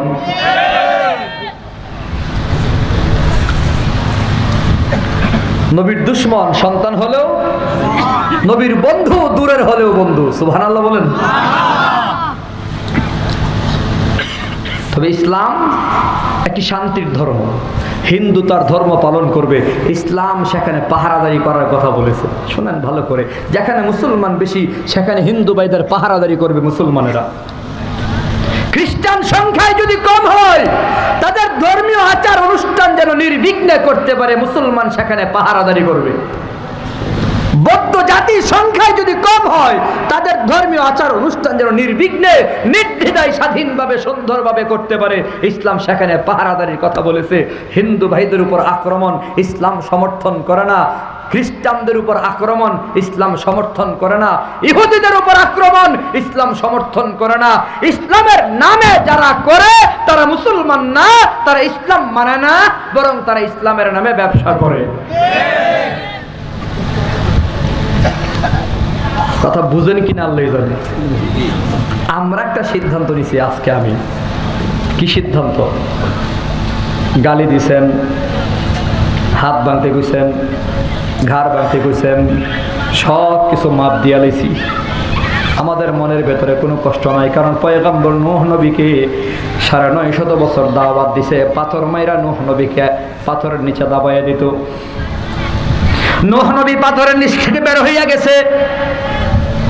এই উম্মত, আমারে গালি দিছো, আমারে পাথর মারছো, অসুবিধা নাই, এখনো সময় আছে তোমাদের জন্য। আল্লাহ বলছে ফাকুলতুস্তাগফিরু রাব্বাকুম, তোমরা তোমাদের রবের কাছে মাপ চাও, আল্লাহর কাছে মাপ চাও। বলো আস্তাগফিরুল্লাহ। আপনারা বলেন সবাই আস্তাগফিরুল্লাহ। আরে জোরে কোন না আস্তাগফিরুল্লাহ, আরো জোরে। আমাদেরকে যে গালাগালি করে আমরা কিন্তু বেজার হই না। কেন বেজার হই না জানেন? হ্যাঁ, কারণ আমরা জানি আমাদের নবীরও গালি দিছে, আমাদের নবীরে পাগল কইছে, জাদুঘর কইছে, নবীরে ল্যাস কাটা কইছে। নবী কেউ রে গালি দিছে না, নবী ধৈর্য ধরছে, সবর করছে। নবীরে যে গালি দিছে কেডা? ওই যুগের আবু জাহালরা। আমরাও বুঝছি আমাদেরকে যারা গালি দেয় এরা নবী থাকলে নবীরেও গালি দিত। নবীরে গালি দিছে 1500 বছরের আগের আবু জাহাল, আর আমাদের গালি দেয় 1500 বছরের পরের আবু জাহাল। আমরা এটা বুঝি। হ্যাঁ, নবীরে কেন গালি দিত? কম আপনারা হয়তো অনেকে জানেন যে নবীরে গালি দেওয়ার কারণটা জানেন না। নবীরে পাগল কেন বলতো, জাদুকর কেন বলতো? একটা মাত্র কারণ, এরা গভীরভাবে তদন্ত করে দেখছে দিন দিন মুহাম্মদের লোক বাড়ে, আমাদের লোক কমে। এখন ভাবতেছে আবু জাহাল, আবুল আহাব, উতবা, সাইবা বৈশা বৈশা ঘটনা কি, কেন আমাদের লোক কমে? আমরা টাকা দেই, পয়সা দেই, নারী দেই, বাড়ি দেই, গাড়ি দেই, সব দেই, ক্ষমতাও দেই, চেয়ারও দেই, এরপর আমাদের পক্ষে লোক থাকে না। মুহাম্মদের পক্ষে লোক যাই কেন? এরা তদন্ত কইরা গোপন রিপোর্ট বের করছে মুহাম্মদের মূল পুঁজি হলো কোরআন। আল্লাহু আকবার বলেন। মূল পুঁজি কি? আজকে পাশের দেশে ভারতে সুপ্রিম কোর্টে কোরআন শরীফ থেকে 26টি আয়াত মুছে দেওয়ার জন্য এক শিয়া রিট করেছে, আর রিট আবেদন গ্রহণ হয়েছে। মুসলমানদের কলিজার টুকরা কোরআন শরীফের 26টি আয়াত নিয়ে ভারতের আদালত তদন্ত করবে, রাখবে কি রাখবে, রাখবে কি রাখবে না রায় পেশ করবে, আর মুসলমান বসে বসে আঙ্গুল চুষবে। এটা কখনো হতে পারে না। 26টি আয়াত কেন, একটা হরফ মুছে দেওয়ার ক্ষমতা দুনিয়ার কারো নাই। কেউ যদি কোরআন শরীফের একটা হরফ মুছে দিতে চায়, মুসলমান তার 14 গোষ্ঠী মুছে ফেলবে।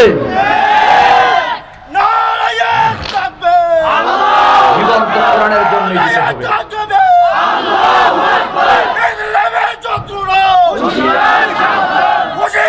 এরা বুঝতে পেরেছে মুহাম্মদুর রাসূলুল্লাহর মূল পুঁজি হলো কোরআন। মূল পুঁজি কি বলেন না? এরা মূল পুঁজি বুঝছে কোরআন। বাংলাদেশেও যে ধাক্কা আসছে, খুব ভাবছে এরা যে ঘটনা কি বুঝি না, গরু দেই, খাসি দেই, টাকা দেই, পয়সা দেই, দিনের আজকে অন্য জায়গায় কাজ করলে যা পাইতো সেই টাকা দেই, এরপরও আমরা আসলে মাঠ ভরে না, মামুনুল হক আসলে মানুষের জায়গা হয় না। ঘটনা কি? পীর সাহেব চরমনায় আসলে মানুষের জায়গা হয় না, মিজানুর রহমান আজহারি সাহেব আসলে কক্সবাজারে 50 কিলোমিটার জ্যাম লাগা যায়, টাকাও দেয় না, পয়সাও দেয় না, গরুও দেয় না, খাসিও দেয় না। এত মানুষ কেন হয়? এরাও বুঝতে পারছে এরা মূলত কোরআন থেকে কথা বলে, আর কোরআন সমস্ত দুর্নীতির বিরুদ্ধে কথা বলে, মদের বিরুদ্ধে কথা বলে, গাঁজার বিরুদ্ধে কথা বলে, নর্তকীর বিরুদ্ধে কথা বলে, গান বাদ্যের বিরুদ্ধে কথা বলে। কোরআন এদের সমস্ত অপকর্মের বিরুদ্ধে কথা বলে, এই কারণে এরা সহ্য করতে পারে নাই। এরা এটাই বুঝছে যে কোরআন নিয়ে আগাইলে তো মদ খেতে পারবো না, কোরআন নিয়ে যদি দেশ শাসন হয় তাইলে তো আমরা গাঁজা খেতে পারবো না, মাইয়া নিয়া হোটেলে যেভাবে মনে চাই সেভাবে ঘুমাইতেও পারবো না। এইগুলো এরা বুঝে ফেলছে। যার দরুন কোরআনওয়ালা যখন যে বড় হয় তার বিরুদ্ধে নাস্তিকরা লেগে যায়। আল্লাহ আমাদের বুঝার তৌফিক দেন, সবাই বলে আমিন। কিন্তু কোরআনের জোয়ার কেউ থামাতে পারে নাই। ঠেইল্লা মালয়েশিয়া পাঠিয়ে দিছে, মাগার জনপ্রিয়তা কমছে না, বাড়ছে। আগে তো 50 কিলোমিটার জ্যাম হয়েছিল, এখন যে কই কিলোমিটার জ্যাম হয়ে আল্লাহ জানে যদি আয়ে। মামুনুল হকের জোয়ার কমছে না বাড়ছে? আজকের লেটেস্ট খবর নেন, ব্রাহ্মণবাড়িয়া কসবাতে এক মাহফিল, উনি একটু আগে আমার সাথে যোগাযোগ হয়েছে, চিটাগাং রোডে ব্যারিকেড দিছে, আপনি যেতে পারবেন না, কাশপুর ব্রিজ পার হতে পারবেন না। উনি বলছে আমি কোরআনের কথা বলবো, আমি দেশের নাগরিক, এদেশের যাতাই সাতাই আমার কথা বলার অধিকার আছে, নাগরিক অধিকার প্রতিষ্ঠার জন্য আমাকে মরতে হয় মরবো, আমি গাড়ি ঘোরাবো না। এরপরে কথা বলতে বলতে একেবারে সর্বোচ্চ উপরে, এদের যত উপর জায়গা আছে, আমরা উপর জায়গা তো একটা আল্লাহ, ঠিক নেই? এদের উপরের জায়গায় যখন যোগাযোগ হয়েছে, ঠেলার নাম বাবাজি উপর থেকে বলছে মামুনুল হকরে পাহারাদারি করে নিয়ে মাহফিলে দাঁড় করো। এখন মাহফিলে বয়ান করতেছে, আল্লাহু আকবার বলেন না। একটা কোরআনের থেকে কথা বলা। আচ্ছা, কোন হুজুর যদি রাজনীতিও করে তো হুজুরের কি রাজনীতি করার অধিকার নাই? বঙ্গবন্ধু তো এই অধিকারের জন্য জীবন দিছে নাকি? প্রত্যেকটা মানুষের, মসজিদের ইমাম সাহেবের রাজনীতি করার অধিকার আছে না নাই? সে তো নাগরিক, এটা নাগরিক অধিকার। ভারতে আব্বাস সিদ্দিকী ভাইজান, উনি এত বড় বিশাল ভারতের মাঝেও তিনি সরাসরি মাহফিলে রাজনীতি করতেছেন, ভারতে বাধা নাই, তো আমার দেশে বাধা আসবে কেন? আল্লাহ পাক আমাদের সবাইকে বুঝার তৌফিক দেন। আপনি যেমন একটা আদর্শ নিয়ে চলেন, বঙ্গবন্ধুর আদর্শ, আরেকজন বিএনপি করব, একজন শিবির করব, আমি দরকারি করতাম না, আমার আপনি জোর করবেন কেন? যার মনে চাই করেন, যার মনে চাই ঘুমায় থাকেন, এটা নাগরিক অধিকার, যার যেটা মনে চাই করবে, তবে অন্যায় কিছু করা যাবে না। সংবিধানের বিরুদ্ধে কিছু বলা যাবে সেটা না বিষয়। সংবিধান তো কোরআনের বিরুদ্ধে কিছু বলছে না, সংবিধান কোরআনকে সম্মান দিছে। প্রত্যেকের ধর্ম যার যার মেনে চলবে, কোনো বাধা নেই। এখন একটা সমস্যা, আজকে আমার এক বন্ধুর সাথে 1 ঘন্টা ফেসবুকে মেসেঞ্জারে তর্ক, হেতে হালি কই হুজুর তোমরা কেন রাজনীতি করো? আমি বলছি বাংলাদেশের সংবিধানে কোন জায়গায় কইছে যে হুজুর রাজনীতি করতে পারবো না? আমার একটু বুঝিয়ে দেন। সংবিধানে তো না করে নাই, না করছে, তা আপনি না করেন কেন? আপনি আমাকে না করলে আপনি সংবিধান বিরোধী। আমি রাজনীতি করি না, এখানে হয়তো বা করবো না। আমি একটা কথা বলছি, মসজিদের ইমাম সাহেব যদি রাজনীতি করে, তাকে না করলে সংবিধান বিরোধী হবে। রাজনীতি করলে আপনারা তাকে ফুলের মালা পরানো দরকার। হুজুরে যা রাজনীতি করে ভালো হয়েছে।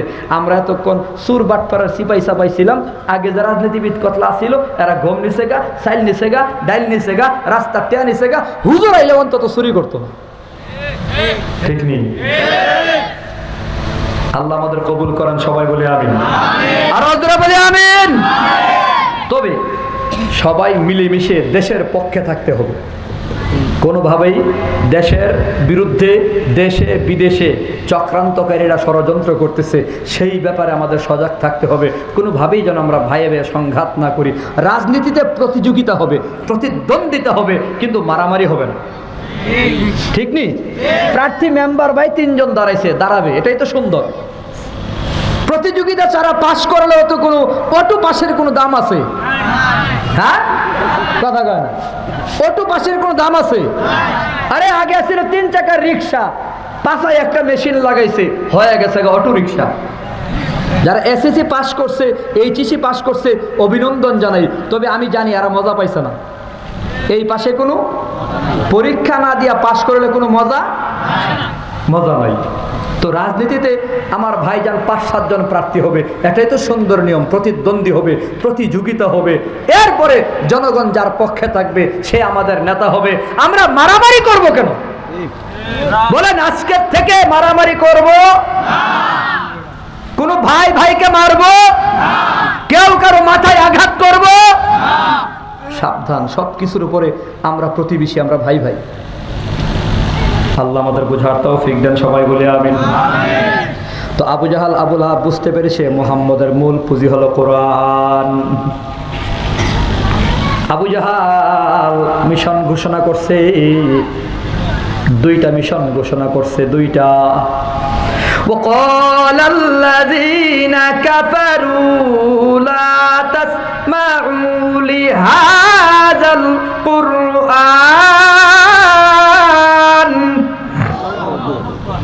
محبته বলেন আল্লাহু আকবার। وقال الذين كفروا لا تسمعوا لهذا القرآن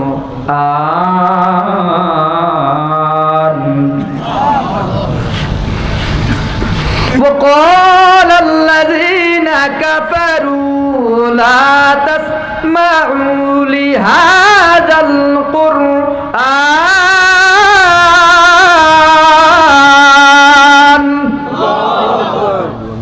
2টা মিশন চালু করছে। 1 নম্বর, আবু জাহাল বলে আজকের থেকে কোরআন শোনা যাবে না, আজকের থেকে কোরআন শোনা যাবে না। 2 নম্বর, আবু জাহাল বলতেছে ওয়ালগাউ ফীহি লাআল্লাকুম তাগলিবুন। যেখানে কোরআন থেকে কথা হবে সেখানে হট্টগোল আর গন্ডগোল লাগাইয়া দাও। ভালো করে শোনেন, আবু জাহাল 1 নম্বর বলে কোরআন শোনা যাবে না। 2 নম্বর বলতেছে যেখানে কোরআনের বয়ান হবে সেখানে হট্টগোল গন্ডগোল লাগাইয়া দাও। আজকের সমাজও একদল আবু জাহাল আছে যারা বলে কোরআনের মাহফিল করা যাবে না, মাহফিল করতে গেলে বাধা দেওয়ার ষড়যন্ত্র করে। মমতাজের গানে কোনো বাধা নাই, হুজুরদের ওয়াজ মাহফিলে বাধা হয়। বাউল ফাউল শিল্পীদের গান বাজনায় কোনো বাধা নাই, আলেম ওলামাদের তাফসির মাহফিলে বাধা হয়। মুসলমান যেখানে মাহফিল হয় সেখানে গন্ডগোল লাগানোর চেষ্টা করে। এরা মূলত কারা? ওই এদের মূল নেতা হলো আবু জাহাল। এরা আবু জাহালের মিশন বাস্তবায়নে ষড়যন্ত্রের শিকার। সব কিছুর পরে পায়ে ধরে বলবো শেষ কথা, এই মুসলমান মনোযোগ দিয়ে শুনেন, যা করেছি, অন্যায় করেছি, অপরাধ করেছি, ভুল করেছি, পায়ে হাত দিয়া বলবো না বুঝা আলেম ওলামাদের বিরোধিতা করছি, না বুঝা কোরআন ওয়ালাদের বিরোধিতা করছি, না বুঝা তাফসীর মাহফিলের বিরোধিতা করছি। আজকে মাহফিল থেকে ওয়াদা করি আল্লাহর কাছে মাপ চাই। নূহ নবী গিয়া কয় তোমরা আল্লাহর কাছে মাপ চাও। আমিও আজকে কক্সবাজারে সে বান্দা তোমাদের বইলা যায়, আমরা যত অন্যায় করছি, গুনাহ করছি, সব গুনাহ নিয়া আল্লাহর কাছে মাপ চাই। সবাই জবান খুইলা বলেন আস্তাগফিরুল্লাহ, আরো জোরে বলেন আস্তাগফিরুল্লাহ। আরে মায়া কইরা কোন আস্তাগফিরুল্লাহ। এই কথার অর্থ আল্লাহ আমারে মাফ করিয়া দাও, আল্লাহ আমারে মাফ করিয়া দাও। এই কথার আরবি হচ্ছে আস্তাগফিরুল্লাহ। আস্তাগফিরুল্লাহর কত পাওয়ার, কত পাওয়ার, কত পাওয়ার। আল্লাহ কয় ইন্নাহু কানা গাফফারা। কেউ যদি বলে আস্তাগফিরুল্লাহ, নিশ্চয়ই আল্লাহ বড় ক্ষমাশীল, বান্দার জীবনের সব গুনাহ মাফ, সব গুনাহ মাফ। আস্তাগফিরুল্লাহ বললে এক নম্বর পুরস্কার হলো জীবনের সব অন্যায় আল্লাহ মাফ করবে, সব অপরাধ আল্লাহ মাফ করবে। বান্দারে মাঝে মধ্যে বলি আস্তাগফিরুল্লাহর পাওয়ার কত জানো? নামাজ পড়লে সগীরা গুনাহ মাফ হয়, রোজা রাখলে সগীরা গুনাহ মাফ, হজ করলে সগীরা গুনাহ মাফ, যাকাত দিলে সগীরা গুনাহ মাফ, মাহফিল শুনলে সগীরা গুনাহ মাফ, মাহফিল করলে সগীরা গুনাহ মাফ। আর কেউ যখন বলে আস্তাগফিরুল্লাহ, আল্লাহকে যখন বলে আল্লাহ আমারে মাফ করিয়া দাও, আমি গুনাহ করছি, অন্যায় করছি, মালিক আমার মতো অপরাধী কেউ নাই, লজ্জিত শর্মিন্দা, আয় আল্লাহ আর জীবনে গুনাহ করব না, ওয়াদা করতেছি। এরপরে বান্দা বলবে আল্লাহ আমাকে মাফ করে দাও। আল্লাহর নবী কই এই কথাটা বলার সাথে সাথে বান্দার জীবনের কবিরা গুনাহগুলোও মাফ। এই কবিরা গুনাহের জন্য জাহান্নাম। আরে সগীরা গুনাহের কারণে আল্লাহ জাহান্নাম দেবে না, কবিরা গুনাহের কারণে আল্লাহ জাহান্নাম দেবে। সগীরা গুনাহগুলো তো নেক আমলের দ্বারাই মাফ হয়ে যায়, ওযু গোসলের দ্বারাই মাফ হয়ে যায়, কিন্তু কবিরা গুনাহগুলো আল্লাহর কাছে এক্সট্রা আলাদা মাফ না চাইলে আল্লাহ মাফ করে না। এটাকেই আমরা তওবা বলে জানি, আমরা তওবা বলে জানি। তওবাটা মানে হলো আল্লাহ আমাকে মাফ করে দাও, আল্লাহ আমাকে মাফ করে দাও। কারণ জাহান্নামের আগুন আমি সইতে পারবো না, জাহান্নামের আগুন বড় ভয়ঙ্কর। নারুল্লাহিল মুকাদা আল্লাতী তাবতালিউ আলাল আফইদা। একটা কবিরা গুনাহের জন্য হাজার হাজার বছর জাহান্নামের আগুনে জ্বলতে হবে, এক সেকেন্ড জাহান্নামের আগুন সহ্য করবার ক্ষমতা নাই। যার দরুন আল্লাহর আশিকরা কান্দে আর আল্লাহর কাছে দোয়া করে, জাহান্নামের আগুন মাবুদ সইতে পারবো না,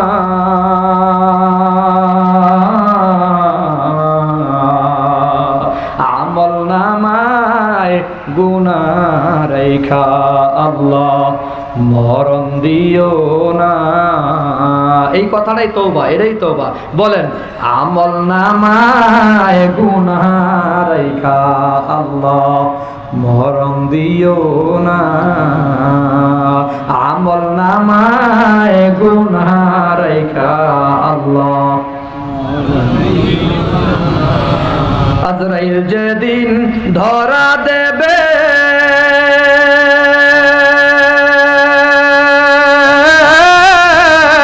কোন ওযর না চলিবে,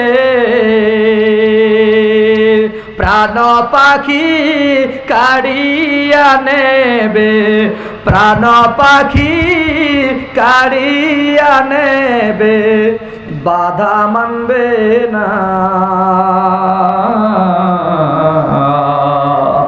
আমল নামায় গুনাহ রাইখা আল্লাহ মরণ দিও না। বলেন না, বলেন না, আমল নামায় গুনাহ রাইখা আল্লাহ মরণ দিও না।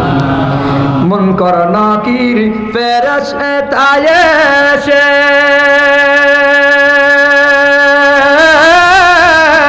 সুয়াল করবেন পাশে বসে, সঠিক জবাব না পারিলে, সঠিক জবাব না পারিলে উপায় থাকবে না। আমল নামায় গুনাহ রাইখা আল্লাহ মরণ দিও না। আমল নামায় গুনাহ রাইখা আল্লাহ মরণ দিও না। বান্দা সবাই বলো আস্তাগফিরুল্লাহ। আস্তাগফিরুল্লাহর কেমন পাওয়ার! আল্লাহকে এক নম্বর জীবনের সব গুনাহ মাফ। ইউরসিলিস সামাআ আলাইকুম মিদরারা। আস্তাগফিরুল্লাহর দুই নম্বর পাওয়ার হলো রহমতের বৃষ্টি আল্লাহ দান করবে। বৃষ্টি হয় না, ওরা বৃষ্টির সময় আল্লাহর কাছে মাপ চাও। বান্দা যখন মাপ চাইবো আল্লাহ বৃষ্টি দান করবে। পয়গম্বরের সাহাবী হযরত ওমর রাদিয়াল্লাহু আনহু যখনই বৃষ্টির জন্য দোয়া করত এই আয়াতগুলো তেলাওয়াত করত। যখনই বৃষ্টির জন্য নামাজ পড়তো আয়াতগুলো তেলাওয়াত করত। সূরা নূহের 10, 11, 12 নম্বর আয়াত। মুসলমান যুবক অ্যান্ড্রয়েড মোবাইল আছে, ডাউনলোড করিও, ডাটা চালু করিয়া প্লে স্টোরে ঢুইকা বাংলা কোরআন লেখা তুমি সফটওয়্যার অ্যাপ ডাউনলোড করবা। সেখানে গিয়া সূরা নূহের 10, 11, 12 নম্বর আয়াত খুইলা দেখবা বাংলায় অনুবাদ লেখা আছে, সরল অনুবাদ। আল্লাহ কই আস্তাগফিরুল্লাহ পড়ো, আমি আল্লাহ তোমাকে রহমতের বৃষ্টি দান করমু। 1 নম্বর গুনাহ মাফ করিয়া দেমু, 2 নম্বর রহমতের বৃষ্টি দান করমু। ওয়ায়ুমদিদকুম বিআমওয়াল। আস্তাগফিরুল্লাহ যার আমল হবে আমি আল্লাহ তার মাল বাড়াইয়া দেব। সুদ খাওয়া লাগবে না, ঘুষ খাওয়া লাগবে না, অন্যের জায়গা জমিন দখল করা লাগবে না, ঘর বাড়ি দখল করা লাগবে না, অবৈধ পদে উপার্জন করা লাগবে না, আত্মসাৎ করা লাগবে না, ব্যাংকের টাকা লুটপাট করা লাগবে না, রাস্তার টাকা লুটপাট করা লাগবে না। পড়ো আস্তাগফিরুল্লাহ, আমি আল্লাহ তোমার মাল বাড়াইয়া দেবো। আস্তাগফিরুল্লাহ পড়লে মাল বাড়াইয়া দেবেন কি? ইউমদিদকুম বিআমওয়াল। এ কথাই মুফাসসিরে কেরাম আরেকটা কথা বলছে, মাল যদি নাও বাড়াইয়া দেয় আল্লাহ বরকত বাড়াইয়া দিবে। কোন কোন লোকের মাল আছে কিন্তু বরকত নাই। মাল আছে বরকত নাই, বুঝেননি? মাল আছে কি নাই? আরে কোটি কোটি কোটি টাকার মালিক কিন্তু খাইতে পারে না। খাইলে পায়খানা হয় না, কোথায় মাগার কাম হয় না। বাথরুমে গিয়া ধুমায়া আকিস বিড়ি টানে। তা এক মুরব্বী জিগায় কিরে আকিস বিড়ি টানস কেন? কই আকিস বিড়ি টানলে পায়খানা করতে একটু আরাম হয়। মাল আছে বরকত নাই। আস্তাগফিরুল্লাহর উপর যে আমল করবে আল্লাহ তারা মাল দেবে, আর না হয় মালে বরকত দেবে। জোরে কোন সুবহানাল্লাহ। বরকতের মালিক হ্যাঁ, আখিরি জমানার উম্মতের হায়াতে বরকত। 1 রাত আমল করবে 83 বছরের নেকি পাবে। লাইলাতুল কদর আইতেছে, লাইলাতুল বারাত আইতেছে। বরকতের রাতগুলো আমলের জন্য করবেন।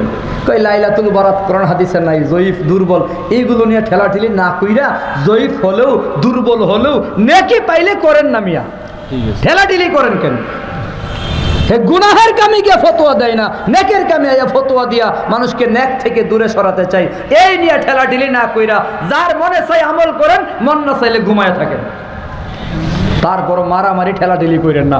ফতোয়ার ঠেলাই এরে হে কাফের কই, হেরে হে কাফের কই, এই কইরা আমরা কিল গুতা খাইতে খেতে জান শেষ।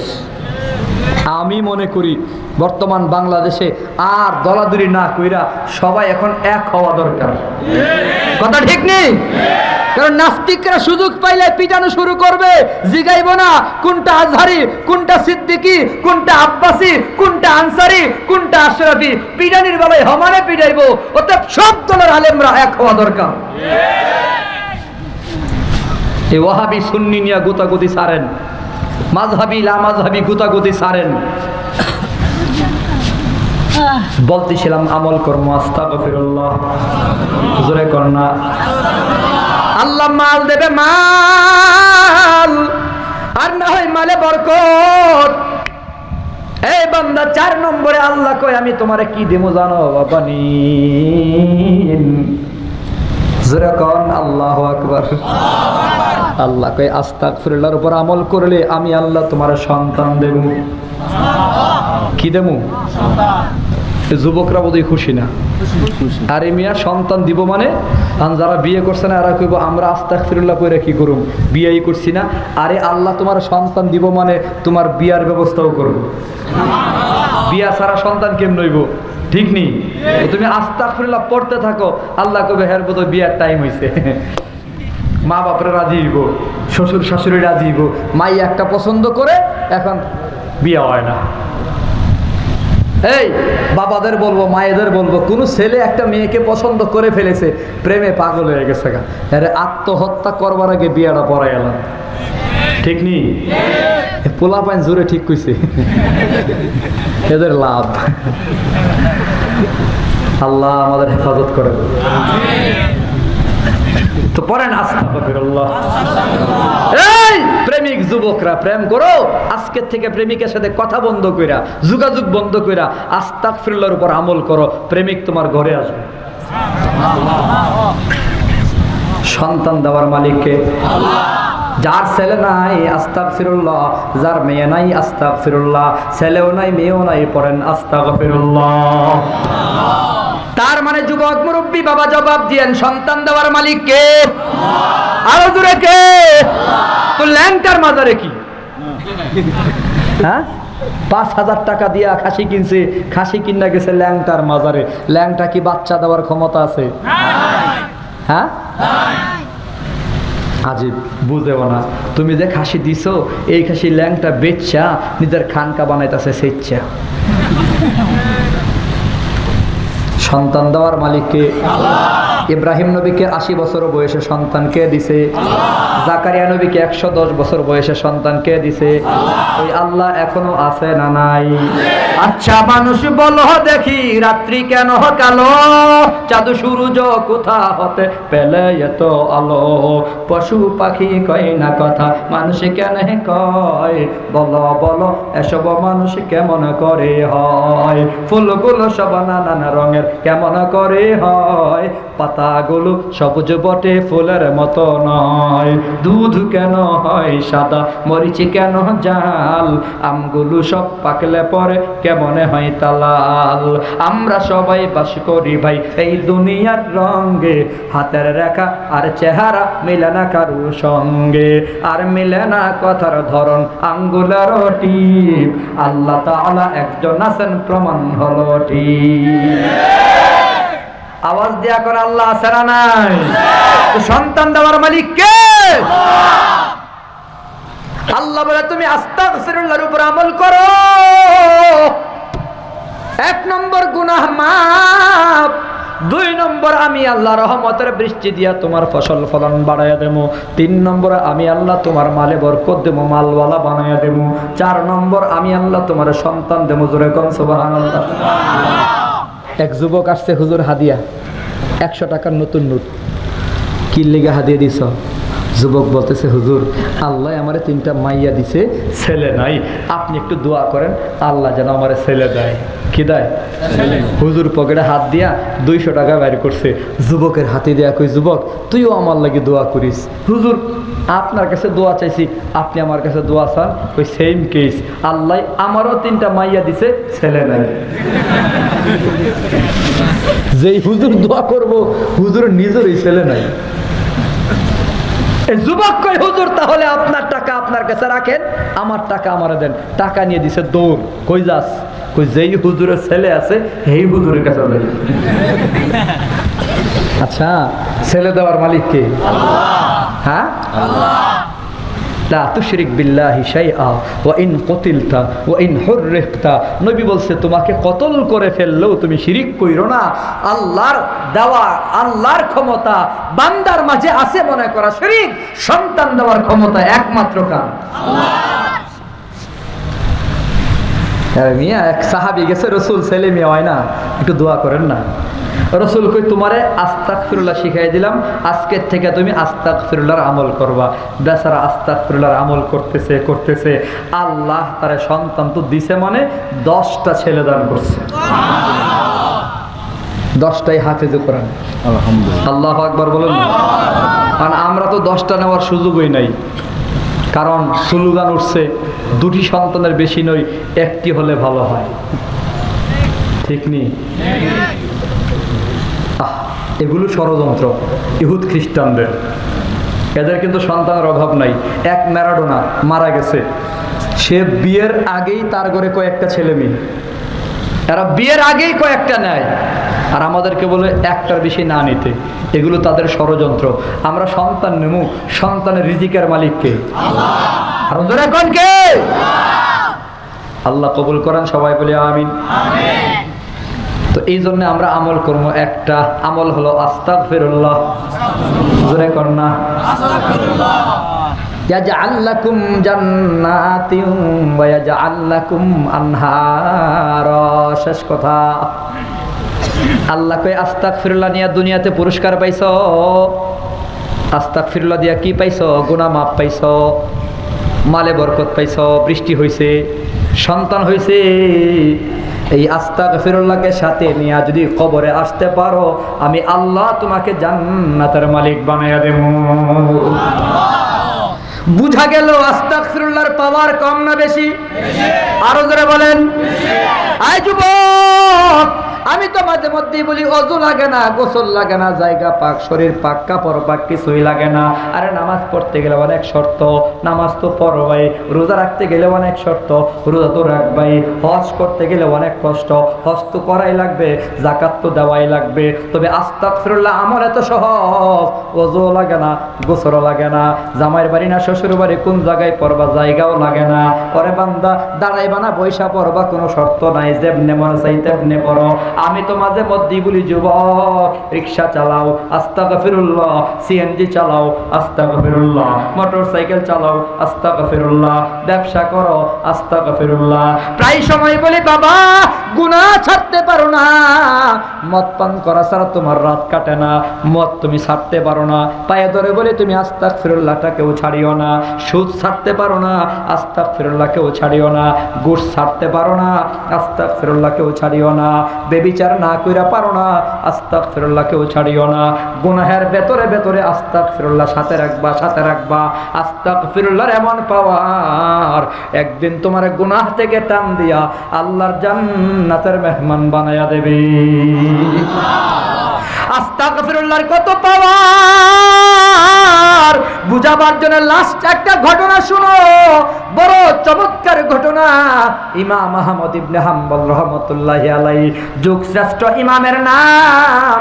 ইমাম আহমদের সে তখনকার যুগে বড় আলেম নাই, বড় মুহাদ্দিস নাই, বড় মুফতি নাই। উনি হলেন যুগ শ্রেষ্ঠ বড় বুজুর্গ, বড় আলেম। ইমাম আহমদ ইবনে হাম্বল দূর এলাকায় গেলেন দাওয়াতের কাজ নিয়া। ওই এলাকায় গিয়া দাওয়াত দিয়া আল্লাহর ঘর মসজিদে রাত্র থাকবেন অনুমতি চাইছে। মসজিদের খাদেম ইমাম আহমদ ইবনে হাম্বলকে অনুমতি দেয় নাই। ইমাম আহমদ ইবনে হাম্বল এত বড় বুজুর্গ, কিন্তু লোকেরা চিনছে না। আগের যুগে তো ফেসবুক নাই, ইউটিউব নাই, ভাইবার নাই, হোয়াটসঅ্যাপ নাই, ইমো নাই, চিনবার কোনো সুযোগ নাই। ইমাম আহমদ ইবনে হাম্বল মসজিদের সামনে দাঁড়াইয়া শীতের রাতে ঠান্ডায় থরথর করে কাঁপতেছে। পাশেই ছিল একজন দোকানদার, রুটি বিক্রেতা, রুটিওয়ালা দোকানদার। ইমাম আহমদ ইবনে হাম্বল বুড়া মানুষ দেখা মায়া হয়েছে, কাছে গিয়া বলে চাচা, গভীর রাত ঠান্ডায় থরথর করে কাঁপতেছেন, আপনি যদি কষ্ট করে বাহিরে না থাইকা আমার দোকানে রাত্রটা কাটায় দেন, তাহলে আপনার জন্য আরাম হয়। ইমাম আহমদ ইবনে হাম্বল ওই যুবকের দোকানে গিয়ে রাত্রটা কাটাবার জন্য খাটে শুয়ে গেছেন। শুয়ে শুয়ে দেখতেছে যুবক খোলা দেয়, রুটি বানায় আর পরে আস্তাগফিরুল্লাহ, রুটি বিক্রি করে পরে আস্তাগফিরুল্লাহ, টাকা হাতে নাই পরে আস্তাগফিরুল্লাহ। যুবকের জবানে আস্তাগফিরুল্লাহর আমল। ইমাম আহমদ ইবনে হাম্বল আর শুয়ে থাকতে পারে নাই, আস্তে আস্তে করে কাছে গিয়া বলে, যুবক তোর দোকানে আসার পর থেকে দেখলাম তুই আস্তাগফিরুল্লাহ পড়ো, কি ব্যাপার? যুবক বলে মুরব্বী চাচা, আস্তাগফিরুল্লাহ পড়ি কেন জানেন? আস্তাগফিরুল্লাহ পড়া জীবনে যত দোয়া করছি এমন কোনো দোয়া নাই জীবনে আমার কবুল হয় নাই। একটা মাত্র দোয়া বাকি, এখনো আল্লাহর আদালতে কবুল হয় নাই। কোন দোয়াটা বাকি? যুবক বলে মুরব্বী চাচা, বহুদিন যাবত আল্লাহর কাছে বলতেছি, আল্লাহ, ইমাম আহমদ ইবনে হাম্বল নাকি বড় একজন আলেম, নাম শুনছি কিন্তু জীবনে দেখি নাই রে মালিক। একবার অন্তত আমার জীবনে দেখার তৌফিক দিও, তার সাথে সাক্ষাৎ করাইও। ইমাম আহমদ ইবনে হাম্বল চোখের পানিগুলো টপ টপ করে ছেড়ে দিয়া কয়, যুবক, তুই বড় মুস্তাজাবুদ দাওয়া, তুই বড় বুজুর্গ, তুই বড় আল্লাহওয়ালা, তোর সব দোয়া যেমন কবুল হয়ে গেছে এই দোয়াটাও আল্লাহর আদালতে কবুল হয়ে গেছে। আমার দিকে ভালো করে নজর করে দেখ, আমি হইলাম ইমাম আহমদ ইবনে হাম্বল। এজন্য আস্তাগফিরুল্লাহর আমল করব না ছাড়বো? বলেন করব না ছাড়বো? মা বোনদের বলবো, মা রান্না করে দাঁড়ায় দাঁড়ায় পড়া যায়, বৈশা বৈশা পড়া যায়, মাছ কুটার ফাঁকে ফাঁকে পড়া যায়, তরকারি তৈরি করবার সময় ফাঁকে ফাঁকে পড়া যায়, চাউল ধৌত করার সময়ও পড়া যায়। এটা পড়ার জন্য সময় লাগে না, সব সময় আমল করবো। আজকে এই আমলটা শিখাইয়া গেলাম। বলেন আমলটা আস্তাগফিরুল্লাহ। জোরা বলেন, জোরা বলেন। আজকের থেকে এই আমল ছাড়বো। আল্লাহ আমাদের কবুল করেন, সবাই বলি আমিন। দীর্ঘ সময় কথা বলেছি, লম্বা কথা, স্লিপ অফ টাং, জিব্বা পিচ্ছিল জায়গা। কোনো কথা যদি এমন হয় যে কথায় আপনারা কষ্ট পেয়েছেন, আল্লাহর ওয়াস্তে মাপ চাই, দোয়া চাই। আরেকটা গুণ পাশাপাশি হাসিল রেখেন। মাপের কথা যেহেতু আসছে, একটা হইলো আমরা মাপ চাইমু, একটা হইলো কি আল্লাহর কাছেও মাপ চাইমু, বান্দার কাছেও মাপ চাইমু। আরেকটা গুণ হইলো আমরা মাপ কইরা দেবো, আমরা মাপ আরেকজনকে করে দেবো। মাপ না চাইলেও তারা মাপ দিয়া দেবো। রাসূলের হাদিস প্রমাণ করে, আপনি যদি কাউকে মাপ করে দেন, আল্লাহ আপনাকে জান্নাত দিয়ে দেবে। নিজের থেকে মাপ করে দিন। এই দুইটা গুণ হাসিল করেন। 1 নম্বর মাপ চাওয়া, 2 নম্বর মাপ করা। ক্ষমা চাওয়া, ক্ষমা করা, এই 2 গুণ আল্লাহ আমাদের হাসিল করার তৌফিক দেন। যা বলেছি ভুল ভ্রান্তি ভুলে গিয়ে সহি কথাগুলোর উপর সবাইকে আমল করার তৌফিক দেন। আবার যদি আসমান থেকে ফাইসালা হয়, আল্লাহ পাক আনেন, দেখা হবে, বয়ান হবে, দোয়া চাই সকলের কাছে। আমরা সকলেই একটু দোয়া করবো। অনেকে দোয়া চেয়েছেন। মোহতারাম প্রধান অতিথি খান বাহাদুর মুস্তাক চৌধুরী সাহেব ও তার সহধর্মীদের জন্য বিশেষ দোয়া। এক গর্ভবতী মা অসুস্থ, তার জন্যও দোয়া। প্রবাসী ভাইদের জন্য দোয়া। এলাকার মুরব্বী এবং যুব সমাজ যারা আছেন, সভাপতি মহোদয় আছেন, হ্যাঁ, বিশেষ দোয়া। বিশেষ করে করোনা মহামারী থেকে আল্লাহ যেন আমাদের সবাইকে হেফাজত করেন। আমরা যারা দুনিয়াতে বেঁচে আছি, দুনিয়াতে আল্লাহ যেন সবাইকে ইজ্জতের সাথে বেঁচে থাকার তৌফিক দেন। পরকালে জান্নাতি হয়ে যেন যেতে পারেন। আল্লাহ কবুল করেন, সবাই বলি আমিন। আমরা একবার দুরূদ শরীফ পড়ি। আল্লাহুম্মা সাল্লি আলা মুহাম্মাদিন ওয়া আলা আলি মুহাম্মাদ কামা সাল্লাইতা আলা ইব্রাহিম ওয়া আলা আলি ইব্রাহিম ইন্নাকা হামিদুম মাজিদ। আস্তাগফিরুল্লাহ ইন্নাল্লাহা গফুরুর রহিম। আস্তাগফিরুল্লাহ ইন্নাল্লাহা গফুরুর রহিম। বিসমিল্লাহির রহমানির রহিম। রব্বানা যালামনা আনফুসানা ওয়া ইল্লাম তাগফির লানা ওয়া তারহামনা লানাকুনান্না মিনাল খাসিরিন। রব্বানা আতিনা ফিদ দুনিয়া হাসানাতাও ওয়া ফিল আখিরাতি হাসানা ওয়া কিনা আযাবান নার। আল্লাহুম্মা ইগফির লানা ওয়া লিওয়ালিদাইনা রাব্বিরহামহুমা কামা রাব্বায়ানি সগীরা। রাব্বিরহামহুমা কামা রাব্বায়ানি সগীরা। আল্লাহুম্মা বারিক লানা ফি রজব ওয়া শাবান ওয়া বাল্লিগনা রমাজান। আয় আল্লাহ, আজকের এই খামারপাড়া ইসলামী যুব সংগঠনের মাহফিল তুমি কবুল মঞ্জুর করিয়া নাও। এই মাহফিলের আয়োজক কমিটি যুবক ভাইদের নামাজি মুত্তাকি পরহেজগার দিনদার বানাও রব্বে কারীম। এই মাহফিল হইতে গিয়া যারা সহযোগিতা করেছে, দোয়া করেছে, টাকা পয়সাও দিছে, পরামর্শ দিছে মাওলা, প্রশাসনিকভাবেও যে ভাইরা হেল্প করেছে মাওলা, সবাইকে কবুল আর মঞ্জুর করিয়া নাও। প্রত্যেকের হায়াতের দিকে বরকত দিয়া দাও। আয় আল্লাহ, এই এলাকার প্রতিটি ঘরে ঘরে খাস রহমত বরকত দান ফরমাও। আয় আল্লাহ, আমরা যারা হাত বাড়াইছি তুমি তো অন্তর্যামী মালিক, প্রত্যেকের মনের জায়েজ মাকাসাদা পুরা করিয়া দাও। অভাবীদের অভাব আল্লাহ দূর করিয়া দাও। মুসিবত বলার মুসিবত দূর করিয়া দাও। চিন্তা পেরেশানি আল্লাহ দূর করিয়া দাও। রোগী রোগিনীকে শাফা দান করিয়া দাও। আয় আল্লাহ, মহামারী করোনা ভাইরাস থেকে আমাদের সবাইকে এক এক করে আল্লাহ বাঁচাইয়া দাও। আয় আল্লাহ, করোনা ভাইরাসে যারা আক্রান্ত মাওলা তুমি তাদের পরিপূর্ণ সুস্থতা দান করিয়া দাও রব্বে কারীম। আমাদের দোয়া তুমি কবুল আর মঞ্জুর করিয়া দাও। ইস্তিগফারকে আল্লাহ লাজিম বানায়া দাও। যা অন্যায় করেছি মালিক, জানা অজানা শিরকি বেদাতি ছোট বড় ইচ্ছায় অনিচ্ছায় গোপনে প্রকাশ্যে মাওলা সব গুনাহ থেকে মাপ চাই, তুমি মাফ করিয়া দাও। আমাদের সবাইকে বেগুনাহ মাসুম বানায়া দাও। বেশি বেশি করে নেক আমল করার তৌফিক দিয়া দাও। এই মাহফিল কিয়ামত পর্যন্ত কবুল মঞ্জুর করিয়া নাও। আয় আল্লাহ, গান বাদ্য নামের কুফল থেকে আল্লাহ সন্তানগুলাকে বাঁচাও। আয় আল্লাহ, এই গান বাদ্যের আয়োজন করা ইহুদি খ্রিস্টানদের ষড়যন্ত্র ছিল, আবু জাহাল আবুল হাবের ষড়যন্ত্র ছিল, মুগিরা ইবনে শুবার ষড়যন্ত্র ছিল। আয় আল্লাহ, ওই বেঈমান নাফরমানদের ষড়যন্ত্র থেকে মুসলমানদের সন্তানদের বাঁচাও। আয় আল্লাহ, এই মাহফিল ধারাবাহিক কিয়ামত পর্যন্ত কায়েম দায়েম রাখার তৌফিক দিয়া দাও। আয় আল্লাহ, অনেকের জন্য দোয়া চাইছে মাওলা, তুমি তো জানো, প্রত্যেকের জন্যই দোয়া কবুল করিয়া নাও। গর্ভবতী মা বোনদেরকে মাওলা আসানির সাথে সন্তান গর্ভ দাও, প্রসব করার তৌফিক দিও। গর্ভকালীন সমস্যা দূর করিয়া দিও। আয় আল্লাহ, আরামের সাথে জিন্দেগি কাটাইবার তৌফিক দিও। নেককার সন্তান দিও। যে বান্দি ছেলে চাই মাওলা ছেলে দিও, যারা মেয়ে দরকার আল্লাহ মেয়ে সন্তান দিও। আমাদের ছেলে মেয়ে সন্তান বিবি বাচ্চাদের কবুল মঞ্জুর করিয়া নিও। আয় আল্লাহ, আমাদের কৃষি জমিন গুলাতে বরকত দিও। ব্যবসায়ীদের ব্যবসায়ী বরকত দিও। কামাই রোজগারে বরকত দিও।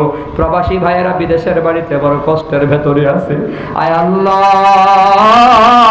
কত ঈদ কত আনন্দ। আয় আল্লাহ, বিদেশের বাড়িতে দরজা লাগায় গুনগুন করে কেঁদে কেঁদে আল্লাহ আনন্দগুলো কাটাইয়া দেয়। মা রে দেখে না, বাবারা দেখে না, সন্তান ছেলে মেয়ে বিবিরেও দেখে না। আয় আল্লাহ, প্রবাসী ভাইদের কামাই রোজগারে বরকত দাও। বিপদ আপদ মুসিবত থেকে বাঁচাও। করোনা ভাইরাস নামের গজব থেকে আল্লাহ বাঁচাও। আয় আল্লাহ, যত যুবক বিদেশের বাড়ি যাবে মাওলা পাসপোর্ট ভিসা জমা দেয়া রাখছে, আসানির সাথে সহজভাবে বিদেশ যাওয়ার তৌফিক দিয়া দাও। আয় আল্লাহ রব্বে কারীম, টাকা দেখো আমরা যারা হাত বাড়াইছি কার বাবা নাই, অন্ধকার কবরে ঘুমায় গেছে, কতদিন হয়ে গেল। সন্তান তার আব্বারা দেখে না কতদিন, আব্বা আব্বা বলে ডাকে না কতদিন। বাবার ঘর আছে বাবা নাই। আয় আল্লাহ, বাবার জমি জমা আছে, ব্যবসা বাণিজ্য আছে, বাবা কবরে ঘুমায় গেছে। মাওলা দয়া করো, মায়া করো, এতিম আব্বার কবরটাকে জান্নাতের টুকরা বানাও। আয় আল্লাহ, তাকায় দেখো কোন সন্তানের মা নাই, অন্ধকার কবরে এতিমের মতো মা ঘুমায়। আয় আল্লাহ, ভাঙ্গা ঘর, সব বিচ্ছুর ঘর, মাটির ঘর, আযাবের ঘরে মা একা একা ঘুমায়। কত আদর, কত মায়া, কত মোহাব্বত করিয়া আল্লাহ সন্তান ঘুমাইছে না, মা ঘুমাইতো না, সন্তান খাইছে না, মা খাইতো না, আজকে কবর একা একা ঘুমায়। আয় আল্লাহ, তিন মায়েদের কবরগুলো জান্নাতের টুকরা বানাও। আমাদের যাদের আব্বা আম্মা বেঁচে আছে হায়াত বাড়াইয়া দাও। মা বাবার খেদমত করবার তৌফিক দিয়া দাও। মা বোনদের নামাজি মুত্তাকি পরহেজগার দিনদার স্বামীর ভক্ত বানাও।